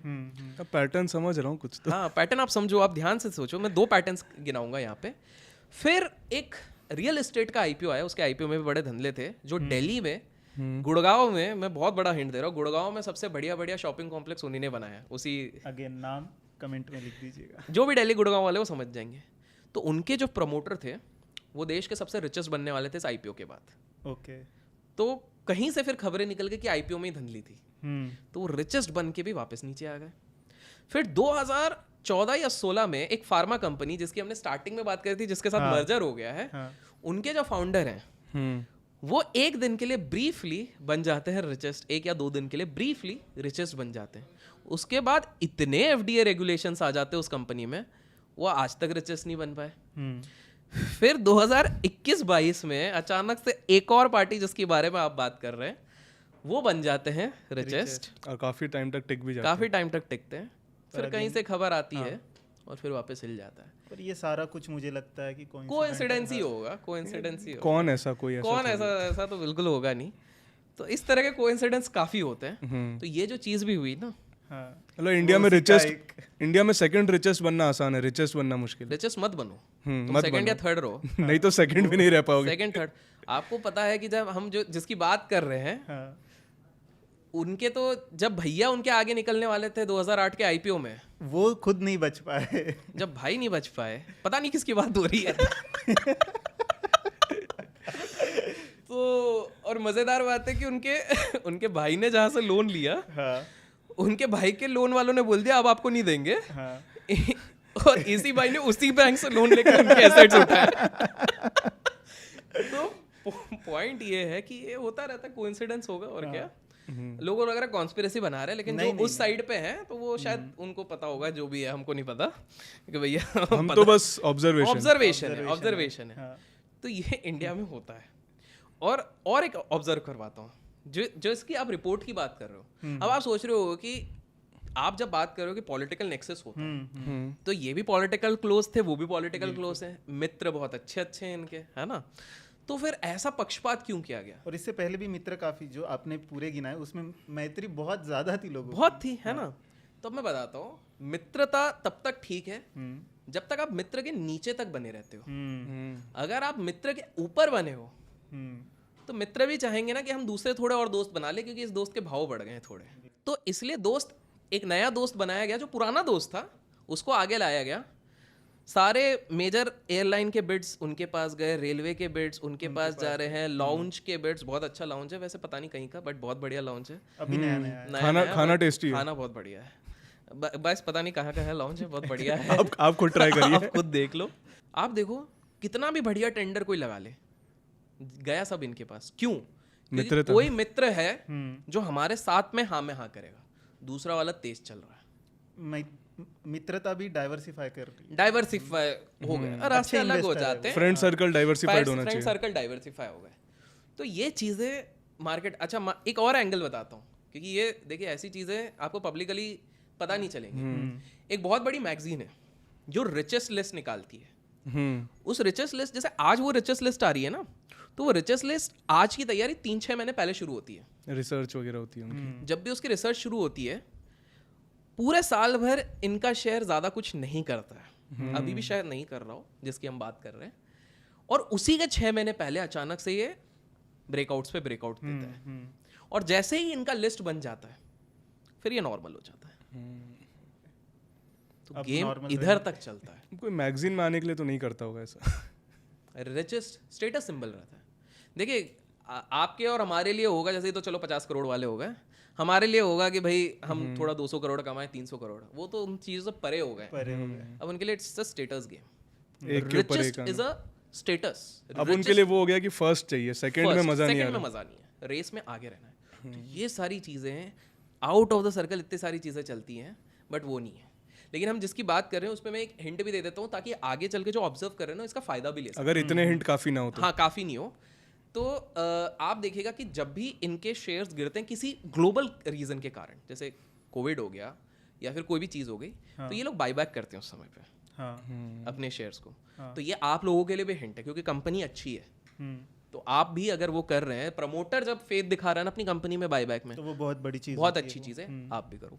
तो बट कई बार बायबैक्स में भी रिटेल इन्वेस्टर्स को बेवकूफ बनाया जाता है कि बहुत टाइम से शेयर गिर रहा है, कंपनी बस बायबैक के नाम पे शेयर भगाने की कोशिश करती है। सिर्फ टॉप 200 कंपनीज में ही लागू होती है, हम जो ये बात कर रहे हैं, सारी कंपनीज में मत। स्मॉल कैप्स वगैरह तो उनके बायबैक्स भी ज्यादा पंप एंड डंप वाला भी सीन हो सकता है। ग्रुप की भी जो टॉप की कंपनीज है उनकी तरफ, उसी में आप बात कीजिए जिनका मार्केट कैप अच्छा है, पुरानी हिस्ट्री अच्छी है, और शायद जो निफ्टी में भी है, जो निफ्टी जिनमें ऑपरेट होने के चांसेस नहीं है, तक आप स्पेस रखिए, जिनमें ऑपरेट होने के चांस नहीं कम है, क्योंकि देखिए म्यूचुअल फंड का इंटरेस्ट है, इसलिए लोगों को बताते हैं अगर ऑपरेटर बोलते हैं ना, ऑपरेटर की एक्टिविटी से कैसे बचे। सबसे देखिए, होना तो हर जगह थोड़ा बहुत है, लेकिन अगर म्यूचुअल फंड्स उसमें इंटरेस्ट दिखा रहे हैं, एफआईआई डीआई का थोड़ा उसमें स्टेक रहता है, हल्का फुल्का भी भले ही रहे, वो अच्छे, बहुत पुराना हिस्ट्री, एटलीस्ट 15 साल पुराना हिस्ट्री है, प्रमोटर काफी प्रूवन है, तो अच्छा। बेसिकली बड़े लोगों के पैसे अगर उसमें लगे हुए हैं तो उसको क्योंकि फिर उसको ऑपरेट कंट्रोल नहीं कर सकते ना, बिल्कुल शेयर्स कंट्रोल में नहीं ला वो लोग पाते, भी फिर नहीं वो होने देंगे, उनके पैसे भी दाव पे लगे, बहुत ज्यादा भागेगा, वही बेच के निकल जाएंगे तभी। बिल्कुल बिल्कुल, तो ये चीज़ का ध्यान रखें। अभिषेक भाई, आपने लर्निंग के टाइम पे आप बता रहे थे बुक्स आपने काफ़ी पढ़ी है,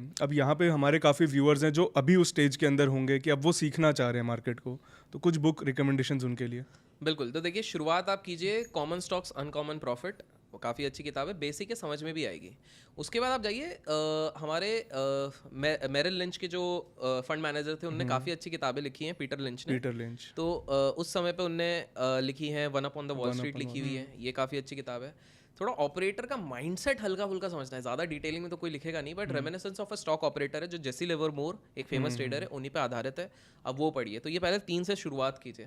थोड़ा सा आप आ जाए, आपको टेक्निकल एनालिसिस अगर समझना है तो जे मर्फी की टेक्निकल एनालिसिस की किताब है, और आप उसके बाद जाइए Japanese candlesticks by Steve Nison के पास जाइए, ये 2 किताबें आप कीजिए। एनसाइक्लोपीडिया ऑफ चार्ट्स जाइए, ये 3 किताबें काफ़ी है। फंडामेंटल एनालिसिस के लिए कॉमन स्टॉक अनकॉमन प्रॉफिट के बाद आप इंटेलिजेंट इन्वेस्टर पढ़िए, इंटेलिजेंट इन्वेस्टर के बाद आप पढ़िए सिक्योरिटी एनालिसिस पढ़िए, टफ रहेंगी, 5-6 बार 8 बार पढ़ेंगे तो आपको समझ में आएगा, कोशिश करिए। कोशिश कीजिए। And finally coffee can investing Indian market के लिए काफ़ी अच्छी किताब लिखी गई है जो मैं आप लोगों को रेकमेंड करूंगा। इन सारी चीज़ों में ना एक नाम हम बार बार ले भी रहते हैं और उस नाम के बारे में लोगों को बहुत कुछ ज़्यादा पता नहीं है। मनु भाई के बारे में मैं बात कर रहा हूँ, आप उनके बारे में थोड़ा बताइए। तो मनु भाई उस समय के सबसे बड़े ऑपरेटर कम फाइनेंसर थे, तो उनके थ्रू काफ़ी सारे ट्रेडर्स पैसे लेते थे, इसलिए उनका बोलबाला चलता था। ओके। और मज़ेदार चीज़ है वो जिनको पैसा देते थे उन्हीं के शेयर्स तोड़ देते थे। आपको जान के हैरानी होगी कि उस समय पे पीएसयू कंपनीज के जो मालिक सीईओज रिक्रूट होते थे वो भी मनु मानिक के इधर से पत्र आया, इनको नहीं बनाना उनको बनाना है। गवर्नर का भी कुछ वैसा ही था आरबीआई। ये जिनको लिखते थे वो बनते थे, इतना पावर रहता था इन पे। तो that was the power of Manu Manik, Manu भाई, मनु मुंद्रा, इनका ये पावर था। और इनके साथ इन्होंने पहले पंगा लिया था धीरू भाई अंबानी जी के साथ। अकेले बंदे हैं जिन्होंने प्रॉपर बीट किया इनको, जो एक टिपिकल कहानी थी जहाँ पर कि इन्होंने धीरू भाई अंबानी के शेयर्स बेचना शुरू किए कोलकाता गैंग के साथ। वो पूरे नीचे जा रहे थे पर धीरू भाई अंबानी ने पहली बार इंटरनेशनल पैसा घुमाया, यहाँ से ऊपर उठाया और इनके शॉर्ट स्क्वीज जो बोलते हैं आज, शॉर्ट्स को ट्रबल हो गया, वो हो गया। तो मनु मुंद्रा ने उधर किया था। लेकिन मनु मुंद्रा जो हम कह रहे हैं, मनु मानिक, इन्होंने बहुत सारी कंपनीज ख़त्म कर दी, पता भी नहीं चला लोगों को, अच्छी अच्छी कंपनीज ख़त्म कर दी। इसलिए अगर वो किसी के पीछे पड़ जाते थे लोग टच करने से भी डरते थे उन कंपनीज को, क्योंकि उनको पता है ये बेचते जाएंगे बेचते जाएंगे बेचते जाएंगे, पैसे की कमी नहीं, पैसे की कमी नहीं है उनके पास, हर जगह से फंड्स था, खुद फाइनेंसर थे ना, वो अकेले चलते फिरते बैंक थे, ऐसा समझ जाओ। जो दूसरों को लोन पे भी देते थे, उन्हीं की कंपनी फिर बेचते थे, तो लोन का इंटरेस्ट भी खाएंगे, पैसा भी ले जाएंगे, शॉर्ट का पैसा भी ले जाएंगे। तो मनु भाई का वो एक इमेज था, जो कोबरा था, ब्लैक कोबरा इसलिए कहते थे कि उनका कलर कॉम्प्लेक्शन ब्लैक था, डार्क था, और वो हरकतें कोबरे वाली, हाँ हरकतें थोड़ी वो थी, but he was also respected by the brokers. जो वो एक सीन स्कैम 92 में दिखाया ना, जिसमें वो ऐसा पैसा दिखाते हैं, वो जब एंटर करते हैं स्टार्टिंग में, वो रियल में ऐसी चीज होती थी, रिस्पेक्ट इतनी रहती थी, क्योंकि मनु भाई ने बोला है, मनु भाई ने बोला है, मनु भाई है, लेकिन वो पूरी तरीके से बेयर थे। इसलिए जो उनके तीनों शिष्य दिखाए गए, उन्होंने मेन पैसा सब बेरिश होके ही बनाया। पैसा इनिशियल उन्होंने बेरिश होके बनाया, उसको इन्वेस्ट बनाया, और पीआर इमेज के लिए बता दिया कि हम वैल्यू इन्वेस्टर हैं। आप उनकी डीप स्टडी करें तो बेस कैपिटल उनका ट्रेडिंग से बना। तो पॉइंट ये है कि मनु मुंद्रा फियर्स थे, पैसा बहुत घुमाते थे, ऑपरेट करते थे काफ़ी सारे स्टॉक्स, काफ़ी चीज़ें अपने बलबूते पे, सीईओ, गवर्नर, ये सारे रिक्रूटमेंट चल रहे। गवर्नर चलिए हो सकता ना भी हो, लेकिन काफ़ी सारी कंपनीज की, ये तो हमको पता भी है, ये सारी चीज़ें करते थे। और आप ये सोचो कि उस समय पे तो क्या रहता था कि जैसे आज के समय पे कोई लिस्टेड कंपनी होती है तो उसके अगर क्वार्टर रिजल्ट निकालने, तो वो फिक्स रहता है कि रेगुलेटर ने बोला है कि इस क्वार्टर का इस टाइम पे निकालना है, आप डेट बता दो, वो वेबसाइट पे आ जाता है उस समय पे तो काफ़ी अनस्ट्रक्चर्ड रहता था। इन्होंने बोला कि अगर क्वार्टर नहीं निकालना है, इस क्वार्टर में रिजल्ट ही आप मत निकालो, ना निकालो, 3-3, 4-4 क्वार्टर तक रिजल्ट बाहर नहीं आएंगे, क्योंकि इनके सौदे बन रहे हैं। तो इस तरह से थे, और इन्हीं के भी शॉर्ट्स बहुत सारे फंस गए थे हर्षद मेहता के फाइनल। एक्चुअली क्या हो गया था, जस्ट इसी को थोड़ा सा ऐड कर देते हैं। इस समय पे जो हर्षद मेहता का स्टोरी बताया ना, उस समय पे 2 पार्टी होती थी, एक मारवाड़ी पार्टी, एक गुजराती पार्टी जी। पूरे रिंग में पार्टी होती थी, और इनके बीच में हमेशा बैटल चलता रहता था, मारवाड़ीज, गुजरातीज, अपना गैंग वॉर होता था, लिटरल गैंग वॉर होता था। तो इनके बीच में ना स्कोरिंग चलती रहती थी। तो मारवाड़ी गैंग की तरफ से बैटिंग कर रहे थे डीमार्ट के मालिक, और इधर से बैटिंग कर रहे थे हमारे हर्षद मेहता भाई साहब। तो प्लस माइनस हर्षद मेहता को एज मिल रहा था यहाँ पे। तो फिर फाइनली सबने मिलके कुछ तो करना पड़ेगा, तो बहुत गड़बड़ हो रही है। फिर पूरी प्लानिंग, प्लॉटिंग, सारी चीज़ें हुई, और हर्षद मेहता को पता भी नहीं चला। हर्षद मेहता बच सकता था। एक फाइनल सेटलमेंट का ऑफर आया था आधे में प्राइस में खरीदने, वो आपको अगर याद होगा टीएगोलो, वो सही में हुआ था। थोड़ा सा फैसिनेट करके उसको दिखाया गया, लेकिन बहुत ज़्यादा उन्होंने दिखाया, हेयर कट ज़्यादा दिखा दिया, इतना हेयर कट नहीं था वो होना था। हर्षद मेहता का ईगो आ गया था, और ये ने जानबूझ के अपने ईगो को ट्रिगर करवाया था, ताकि किसी कारण से आप लोग किसी तरह से ये हर्षद मेहता ये गलती करे और सारी चीज़ें इसको फंसना पड़े। तो जानबूझ के, और हर्षद मेहता अगर निकल आता तो वो बहुत खतरनाक पोल खोल देता। इसलिए घुमा फिरा के उसको ये झूठा आश्वासन दिया गया, अभी तुम जेल में रहो, 2 हफ्ते में तो निकल जाओगे। वो 2 हफ्ता 2 साल हुआ, 3 साल हुआ, 5 साल हुआ। फिर हर्षद मेहता निकला, फिर उसने ऑपरेट किए, शेयर्स ऑपरेट किए थे बाय द वे, वापस से एक बार वो market में टीवी enter एक करने एक के ही टीवी बहुत चलती थी जो आज बैंकरप्ट हो गई है, उसमें एक कोई बड़ी प्राइवेट बैंक की बेचारी सीईओ भी चले गई रिज़ाइन करना पड़ा उनके पति के कारण, तो उस कंपनी को भी उनने ऑपरेट करा, बहुत सारी चीज़ें करी हैं, तो वो सारी चीज़ें चली हैं। तो इन शॉर्ट अगर कहूँ हमने ये पूरा डिस्कशन के बेसिस पे, ऑपरेटर एक्टिविटी आज भी होती है, इनसाइडर एक्टिविटी आज भी होती है, ये सब डार्क ट्रूथ है जिससे आप लोग बच नहीं सकते। और कोई बताएगा नहीं, कोई नहीं बताएगा। आज हमने जितनी चीज़ें बताई है, आई एम प्रीटी श्योर कि बहुत सारे लोगों को पता भी नहीं होगी ये सारी चीज़ें होती, कुछ को शायद अनबिलीवेबल भी लगे, पर वो नोटिस जब ऑब्जर्व करेंगे ना, जैसे हमने कुछ बातें करी पैटर्न, हाँ यार ये ऐसी कुछ चीज़ें तो हुई हैं, देखा है मैंने भी। आप खुद सोचो 2018 में एक खबर आती है, एक व्हाट्सएप मैसेज के चक्कर में एक एफएनओ को स्टॉक 72% इंट्राडे में गिर जाता है। एक व्हाट्सएप मैसेज से हो सकता है क्या? वो गेम कहाँ से चल रहा है हम लोग, तो जहाँ हम लोग सोच भी नहीं पाते ना, हम लोग स्क्रीनशॉट्स देख रहे हैं, हम लोग 1 लाख बनाए 1 करोड़ बनाए, हम तो इधर तक ही लोगों के दिमाग सीमित है, बाहर अलग गेम। मैंने वो शर्त वाला बताया ना, मर्सिडीज ऑडी चल रही है शर्त में कि मिड कैप कौन हिला रहा है, मिड कैप हिला रहे हैं यार लोग। आपके सोशल मीडिया के गेम के बाहर जो हो रहा है ना, वो आप सोशल मीडिया गेम पे ये लोग हंसते हैं, ये लोग हंस रहे हैं कि ये क्या चल रहा है, और ये रियलिटी से कितना मामूली है। एग्जैक्टली वो लोग बोल रहे बोले यार ये क्यों इतना उछक रहा है, 2 लाख रुपए बना के क्यों इतना उछक रहा है, क्योंकि 2 लाख रुपए तो मेरे चले जाए, मैं दिमाग भी ना लगाऊं। अरे वो देखते भी नहीं है उस चीज को, वहाँ 200 500 1000 करोड़ का गेम चल रहा है, एग्जैक्टली तो उनको कोई मतलब नहीं है। और एक फाइनल एक ऐड करता है, क्योंकि ये इंडियन कंटेक्स्ट है, ठीक है। हम लोग आज स्कैम्स की बात करते हैं, एल्गो स्कैम्स चल रही हैं, ये स्कैम्स चल रहे हैं ना। एक स्कैम 2009 में हुआ था, एक बंदा आया था, बहुत सारे पॉलिटिशियंस का पैसा लिया, ये बंदा ऑप्शंस में ट्रेड करता था, 2009 की बात कर रहा हूँ, ठीक है। और 9 में ये सेलिंग करता था, इंस्टीट्यूशनल लेवल टाइप सेलिंग करता था, 300-400 करोड़ का इसने पूरा वो किया था। ये क्या करता था, आज के समय पे हम इसको कहते हैं शॉर्ट स्ट्रैडल बोलते हैं, मतलब एक ही स्ट्राइक प्राइस के कॉल और पुट बेच दिया, तो वो बेचता था और पैसे कमा रहा था, उसको IVY से कोई मतलब नहीं है। वो अपने ब्रोकर को साल भर के 10 से 12 करोड़ कमा के देता था, ब्रोकर को ब्रोकरेज दे रहा है, इतना बनता है, इसलिए कोई ब्रोकर को मतलब नहीं है। और उसके 4-5 ब्रोकर थे, एक नहीं है, 4-5 ब्रोकर। वो बंदा अंधाधुन करता था, ऑपरेट नहीं, उसका स्कैम आप सोचो, इतने बड़े बड़े पॉलिटिशियंस का लिया, सबको लगा पैसा तो बना रहा है, एट द एंड 300 करोड़ उड़ा दिए।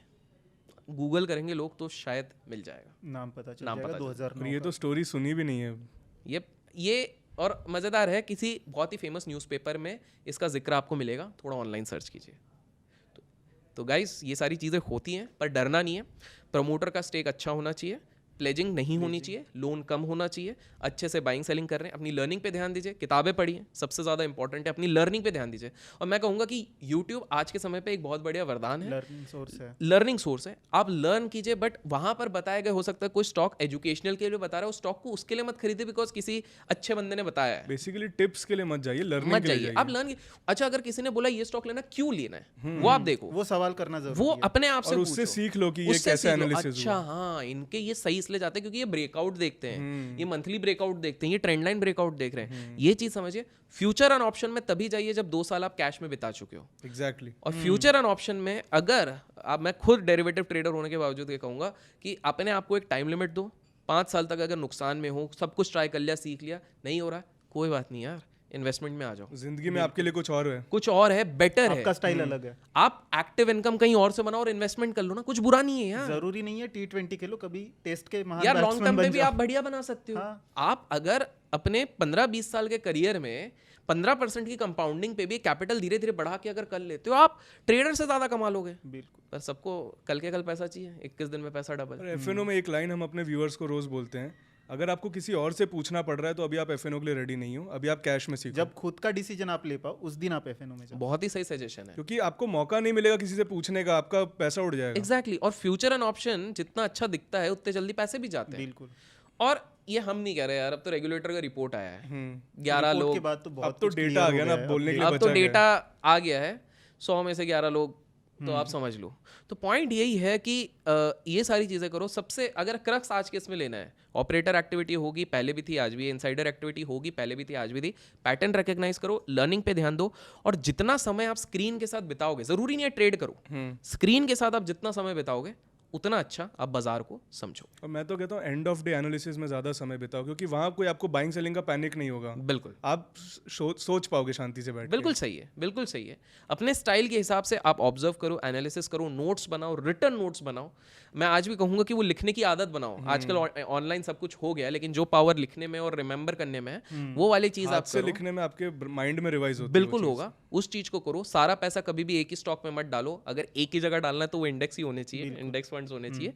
बाकी डाइवर्सिफाई करो, and that is what is going to make you wealth in the stock market. मुझे यहाँ पे दो चीज़ें जो है वो बहुत इंपॉर्टेंट लगती है जो आपने बात की, कि एक तो प्रमोटर जो बहुत लैविश लाइफ दिखा रहा है या बहुत चमक धमक दिखा रहा है, वैसे ही सोशल मीडिया पर अगर वैसी कोई चमक धमक दिखा रहा है उनसे भी आपको दूर रहना है, उन क्रिएटर से भी आपको दूर रहना है। बिल्कुल। और दूसरी इंपॉर्टेंट चीज़ जो अभी आपने वापस से एक बार कह दी, और वो मैं कहने वाला था कि अगर आपसे नहीं हो पा रहा है, इन्वेस्टिंग भी नहीं हो पा रही है, आप अच्छी कंपनियां नहीं चूज़ कर पा रहे हो, तो सिंपल है, ETFs में जाओ, इंडिया ग्रो होगा, आपका निफ्टी ग्रो होगा, आपका पैसा ग्रो होगा। और आप अपना समय और टाइम वेस्ट करने की बजाय आप वही समय अपना करियर पे लगाओ, ज़्यादा अमाउंट इन्वेस्ट करो, करियर index ग्रो में। कराओ अपना। आप एक्टिव इनकम ग्रो कर लो और उस पैसे से इंडेक्स फंड में लगा दो, हो गया काम खत्म। इंडेक्स फंड में अगर 12% रिटर्न आएगा पर आप डबल पैसा डालोगे तो हो गया ना 24%। आप खुद ये लोगों को मैच दे देते हैं। कमेंट्स में आप लोग बता देना।